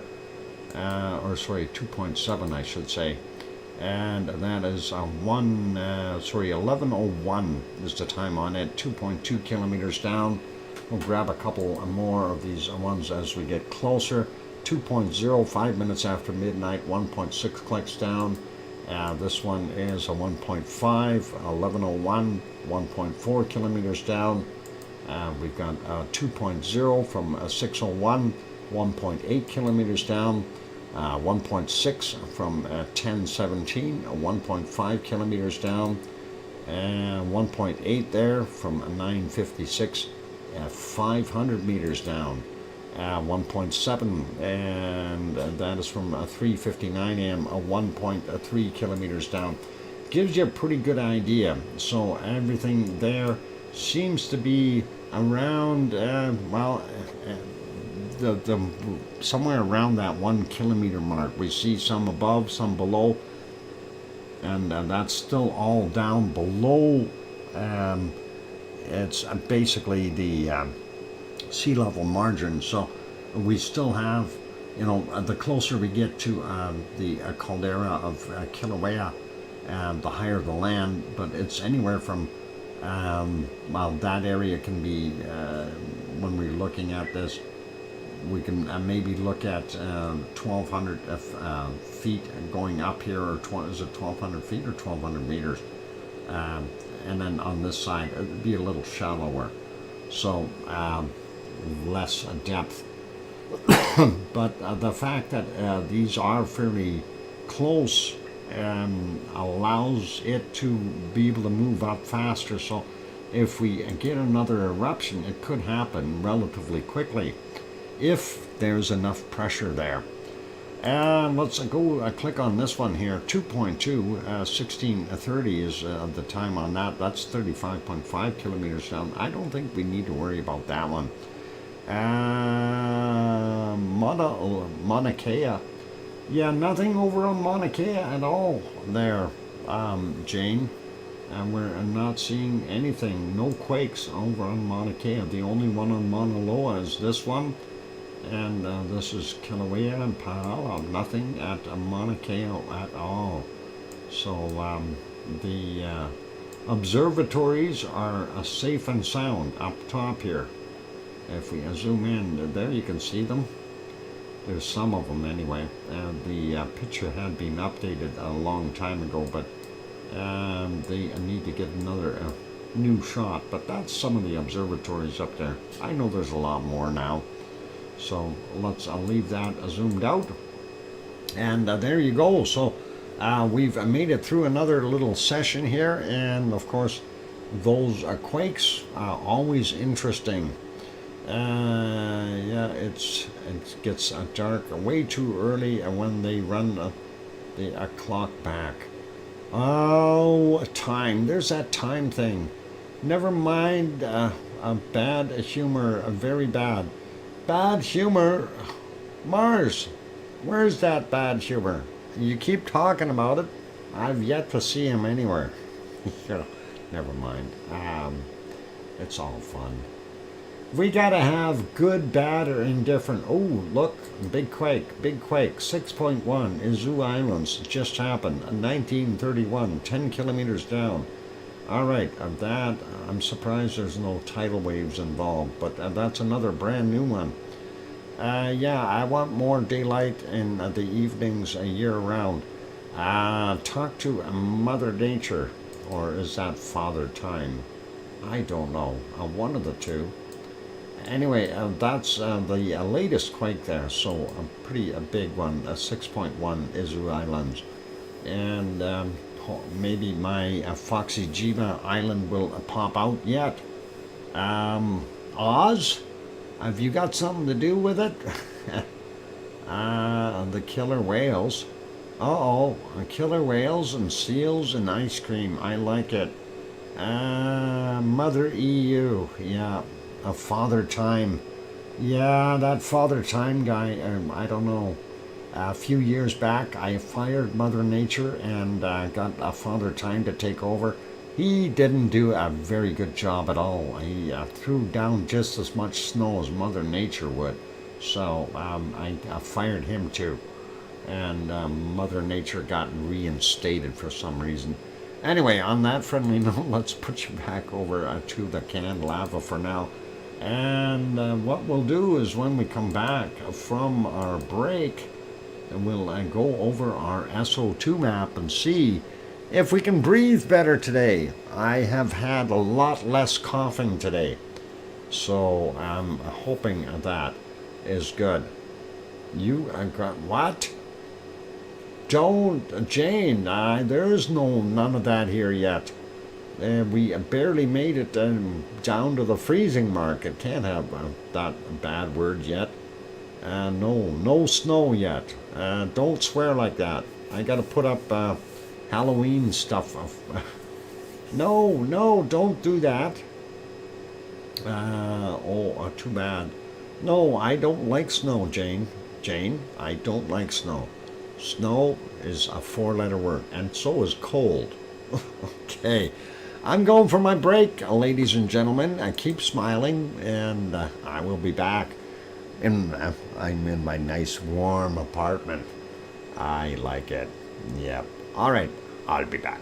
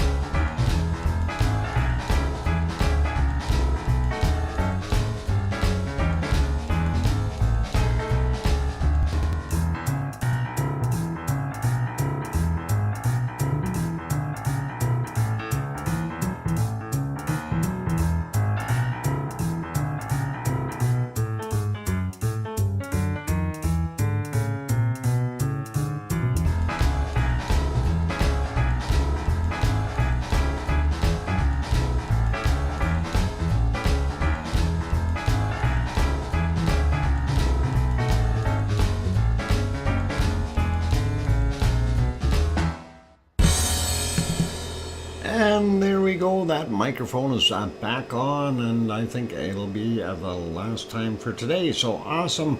Laguna Foxygima. I think that's a good name for it. Laguna Foxygima. But it's gotta have a laguna. It's gotta have a nice laguna. Anyway, thanks for the welcome back there, Mars 2028. Laguna Foxygima. That'll be cool. Thank you. They're going south for the welcome back. And I hear you, DrFox2000 from Sharon Stewart. And palm trees. Yep, we gotta have palm trees on Laguna del Foxygima. Thanks, Sue, for the welcome back, as well as Oz. Yep, Laguna Foxygima. See, Oz, now you done it. They got me going. They got a Laguna Foxygima, and they've done it. So it's pretty awesome. Palm trees and glaciers. I don't need glaciers going south. Palm trees would suit me just fine. I can skip the glacial part. Anyway, let's get over, and we have that cantilever stopped anyway all by itself all of a sudden, but let's stop it anyhow. Let's go over to our SO2 map, and we'll get this done. They don't go together. No, they don't. Not very well at all. Anyway, a quick peek at our SO2 map around the world. Looks like northern Russian areas pretty heavy with SO2 up there, and of course up here in Quebec and that area, northern Ontario's got all that bad stuff. Not so bad for us here today. It looks like that wind is blowing through pretty good. And the stuff from our wonderful Sheldon has been recirculated here. It got pulled back, so I don't really mind it. Anyway, we have our standard stuff coming off of Kamchatka Peninsula, and that'll be like Shivelish up on the top, Bezimiani, Klyashevskoy, Karimsky, and Mutnovsky, and Ibako down on the bottom here, and you can see that is actually going the opposite direction than the other ones, which are going out into the Pacific. So here's that a big storm, probably giving about 14 or 15 feet of snow there at Sapporo. Anyway, all that SO2 is of course from Sheldon, which is right there, from that little guy, that pointy thing, and that is what it's from. And hopefully it will dissipate and move away. If it does go north, British Columbia looking like they've got a lot better day today. Alberta still fairly heavy as far as the SO2, but at least it's not 125, it's a 13.55. So a little bit better breathing today, and I see my coughing has subsided a whole bunch. Anyway, Saskatchewan and Manitoba fairly heavy up here in the northern climes, as far as Northwest Territories, and none of that also fairly heavy. And Ontario, northern Ontario, Thunder Bay area, all those, that whole area, very heavy SO2. Not that much population up in this area, but Thunder Bay has quite a few people. And then, of course, the other plume here, seeing it over Hudson's Bay and going into Quebec, and just skirting a Labrador. No, not even. They are in the free and clear today. So that is pretty heavy for northern Quebec as well. Looking down east, we see Newfoundland and Labrador, Nova Scotia, New Brunswick, PEI are all pretty good. And kind of normal for eastern portions of the U.S. The further south you go, the clearer the air. And looks like central areas, so we've got Iowa, Nebraska, those areas, North and South Dakota, of course, and that plume kind of moved down there, so that is likely going to get recirculated in here and probably come back up to Ontario. We'll see what happens. And the western part of the US, not overly bad. We got different circulations there, so it's going to be hard to tell what's going to happen in the future. I did want to point this out. We are seeing more off-gassing coming from Hawaii. Always interesting. Why are we getting more off-gassing? We got a bunch of quakes, now we got more off-gassing. Mexico City and Popocatépetl, most of their stuff are kind of stagnant right there. And we do have a weather system out off shore, as well as down here in Central America. And there we see what's coming off of, what is it? Navedo del Ruz, or is that Laguna del Ruz? Anyway, never mind, bad humor. So yeah, we've got Navedo del Ruz and the other guys here all helping out, putting that into the Pacific. And then we go down here, Ubinas as well as Sabancaya, working away and making that mess, and that's going into the Pacific as well as into Bolivia, Paraguay, and sneaking into a little bit into Brazil as well. Not so bad at Rio de Janeiro. The rest of the stuff coming from the other areas here in Chile, not that bad. Now we're seeing a very heavy increase here, and I'm thinking that we've had something happen around Easter Island region, and that's possibly where that came from. This other stuff I have no clue, because that's all coming from the west going east. Let's zoom in here a little bit, and there you can see a White Isle volcano created that plume. Maybe this one as well. And not so much there from the oil refinery in Melbourne, and not so bad there in Sydney from the coking plants. Looking over here, we've got Tofua in Tonga still doing its thing. Vanuatu pretty easy today. We Asur, Gawa, and Naoba doing all right. Pretty normal there for Papua New Guinea area. Luotolak there doing its thing. Semaru, not as much SO2 as I figured, but hey, still it's there. And then we see the central area here, that's because of Merapi. And Merapi didn't put all that much SO2 out, but it put quite a bit of lava out, so that was kind of a pleasure. And looking at this plume, that is based on Jakarta and the people pollution, because this is Krakatau here. We don't see too much coming from there, unless we've got a reversed flow in here somehow, and that is all Krakatau, but I do believe it is not. So, can we fit a 3 in the sub? Actually, the sub is good for about 8 people, plus the pilot.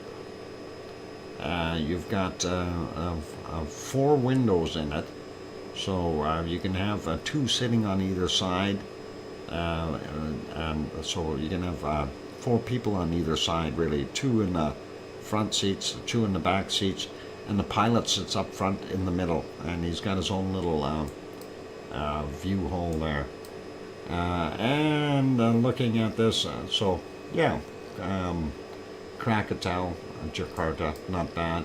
Not sure if there's anything coming from Dempo, and looks like a lot less for Kerinci and Marapi, and what is it, Sinabung up here doing its thing.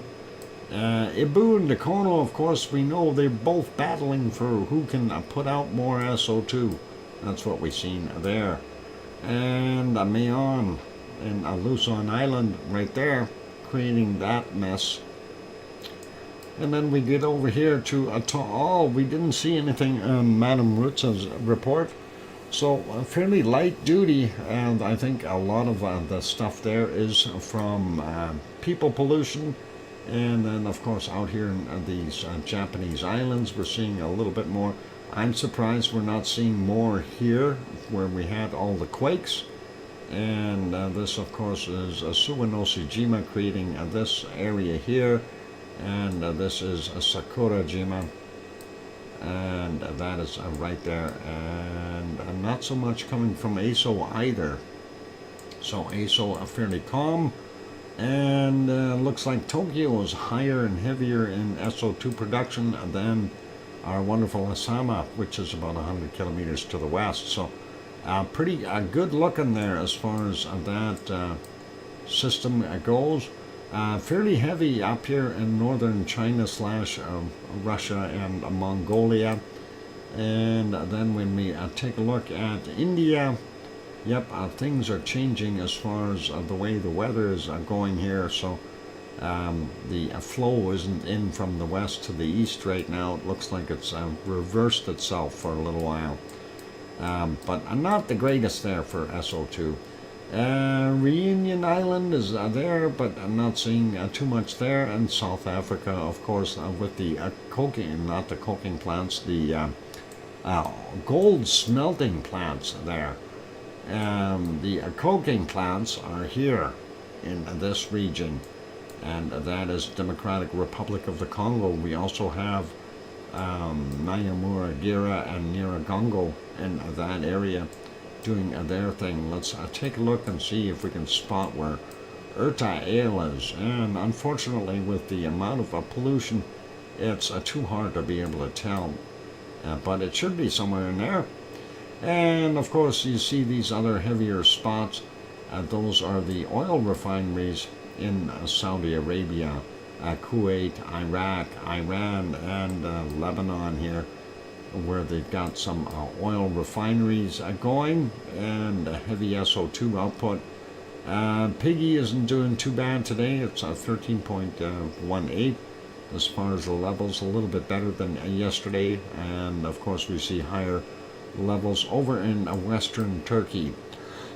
Then getting into here real quick, we see Mount Etna doing its thing, dumping down a fair amount of SO2 into the southern portions of our wonderful Mediterranean, and getting right into Libya, which is also getting the bottom end of Tunisia and central Algeria, I guess. Well, I guess north central Algeria. And Stromboli definitely working away too. You can see that redder area from Stromboli. So it's working away. All right, let's zoom back out. We still see some heavy stuff here sitting in Bosnia-Herzegovina area. Not so much in Spain, but we get up here and we see this Belarus and Lithuania, Latvia area, Estonia, and the bottom end of Finland, and of course going into Sweden and Norway. You know, they're pretty heavy with that SO2. This stuff will probably come and drift up and over as well. Iceland seeing a fairly heavy SO2 as well. Well, not super heavy, but not the greatest for breathing.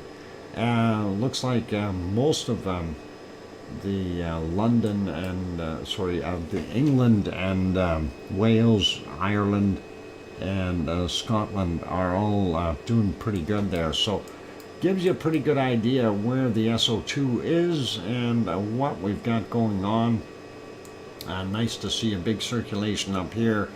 That's likely some snow and rain happening, helping clear the air. Same with this area north of Russia.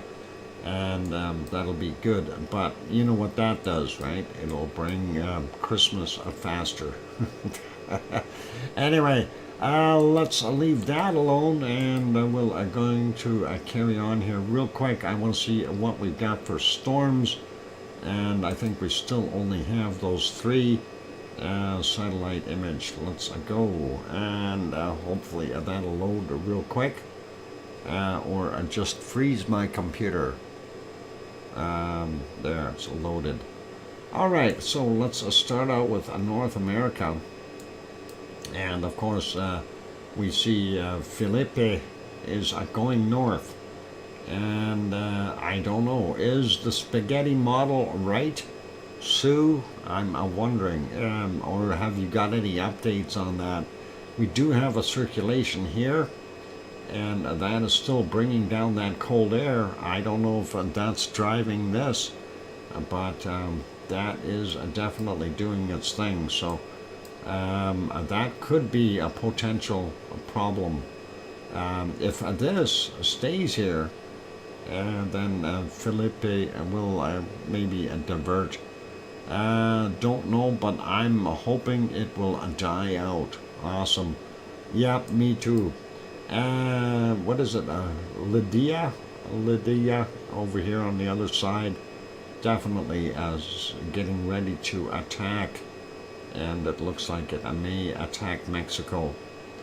And then we also have this little swirl down here, possibly get into Mexico and bottom end of Mexico and Guatemala, as well as El Salvador and those places. So everybody gets a little bit of stormy stuff. And then we got this sitting here. This is huge.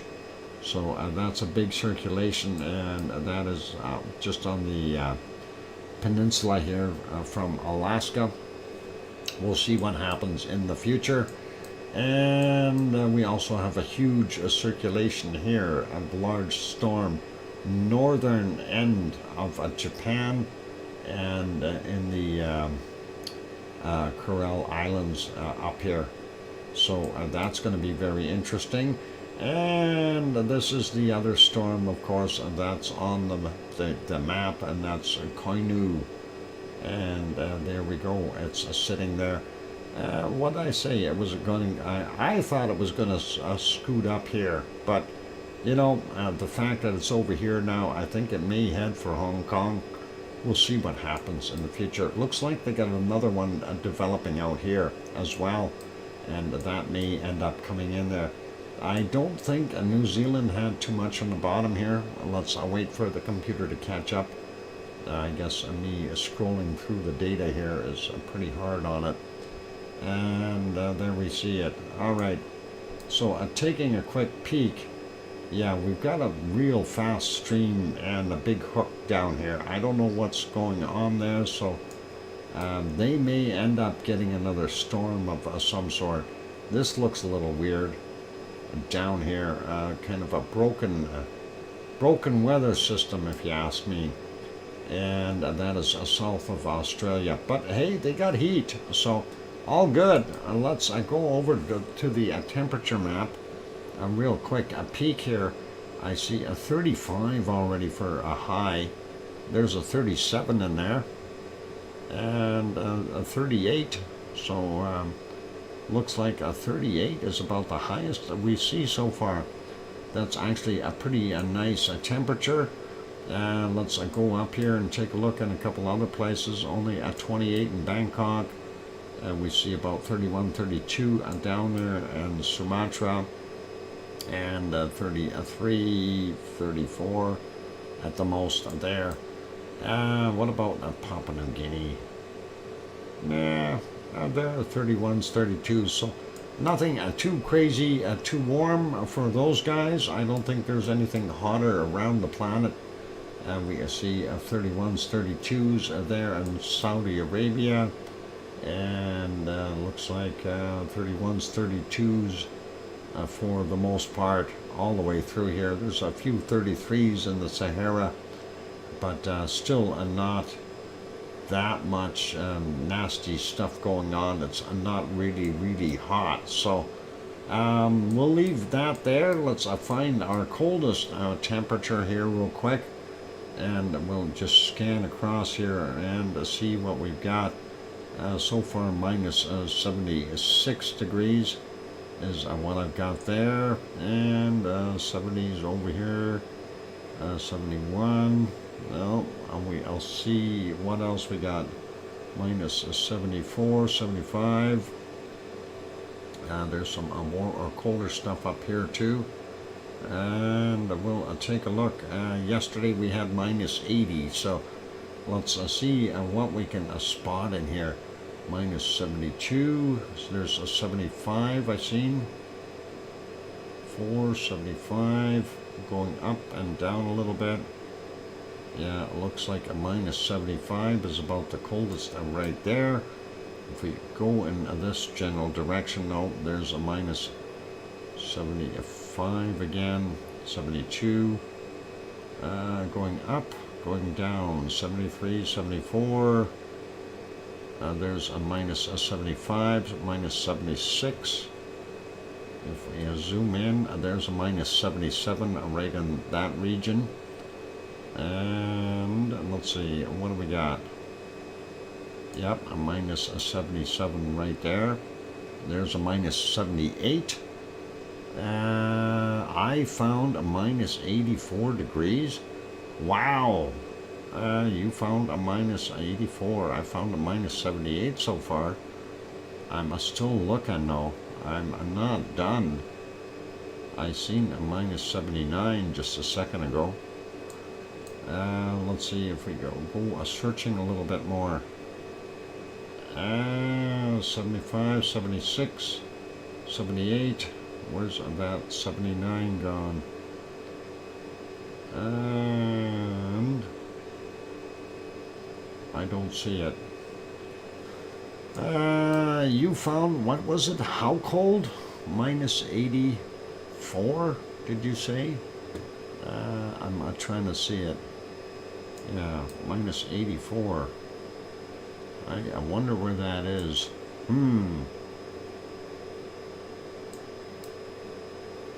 Minus the 60s. I'm gonna have to zoom out and look a little bit more here. Minus the 71. Oh, no, not that cold there. Okay. I'll zoom out a little bit more and check some more. I'm really curious where you found that. Minus 81 or 84. There's a minus, oh, there's a minus 79 in here again.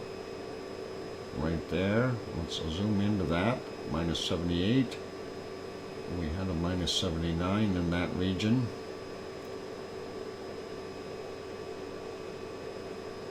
Yeah. 75, 76. Yeah, I think the coldest I found was a minus 79, and that was in here somewhere. There's a 75, 78. Could be right in there somewhere. Right around that 78. It did show up there for a second. So, 78.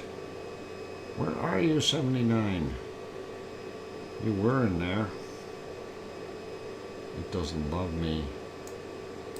Alright, I need to have it on the screen though. Come on. Minus 78. 77, 78. 77. Nope, I'm not able to find it.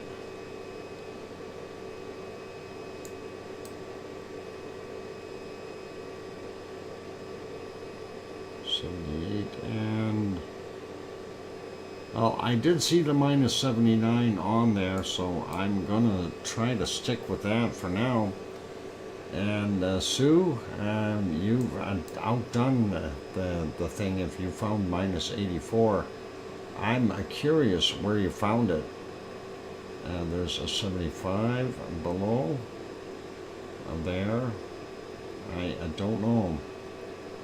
I've seen Armenia palm trees on my friend's wall. Armenian palm trees, okay. There's also glaciers and the palm trees in India. Yeah, there's glaciers and palm trees. You got a mix there.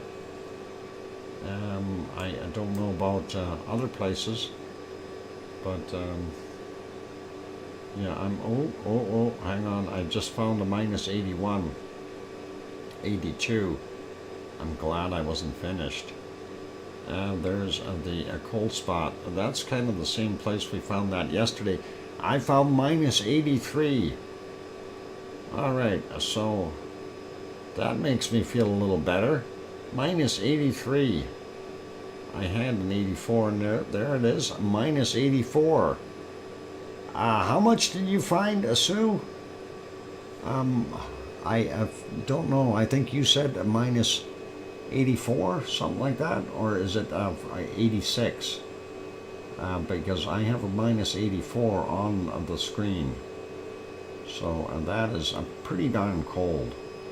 All right, so I'm glad it's springtime there, though, you know. Minus 84 degrees. Let's leave it as that, ladies and gentlemen. Time to wrap up the show, and that is all good. So very cool. Get it? It's a cool. Minus 84 degrees Celsius is cool. Oh boy. A bad joke. All right, a bad humor. Let's put you back on the canned lava. Sue found minus 84, so we found that same minus 84. Sue, that is awesome. And I guess it'll be a official tie then, again.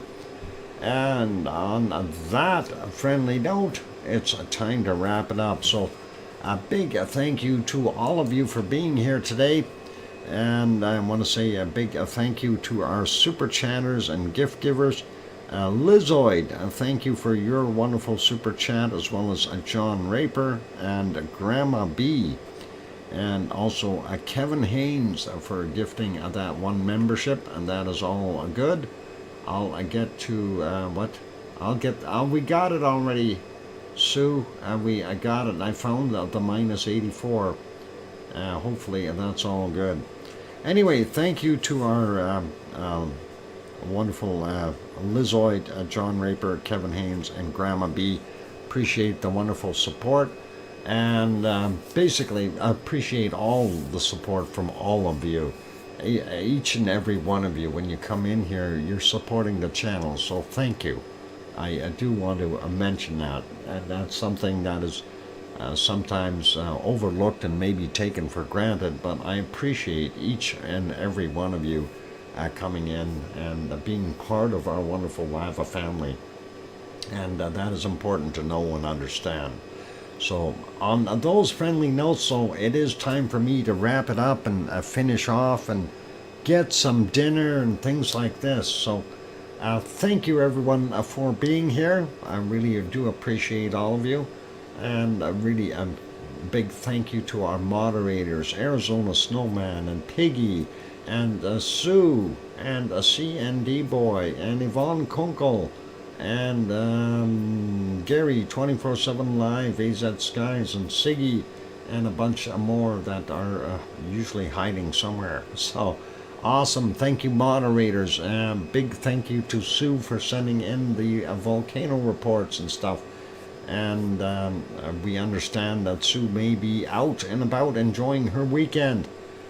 So she will likely not send in any for Saturday, Sunday, and Monday. We'll see what happens. If she gets stormed out, she may stay home or something. I don't know. Get bored and send in volcano reports. All right, I will leave that be. And remember, Sunday, I'm taking Sunday off. Okay? Since Sue is taking Sunday off, I'm going to do that too. Sunday, of course, is our Canadian Thanksgiving Day, or actually the holidays on Monday, but that's really irrelevant. Most people have their Thanksgiving dinner on Sunday. Anyway, we'll leave it as that. So again, a big thank you to all of you for being here, and it's a time for me to get at things. So take care, be good, be kind, take care of yourselves, and take care of your friends and family, of course. And the most important thing, please, please, tell your loved ones that you love them tonight, for tomorrow is never promised. I'm your host, DrFox2000, here in Edmonton, Alberta, Canada. We'll see everyone tomorrow. Take care, good night, and oink oink!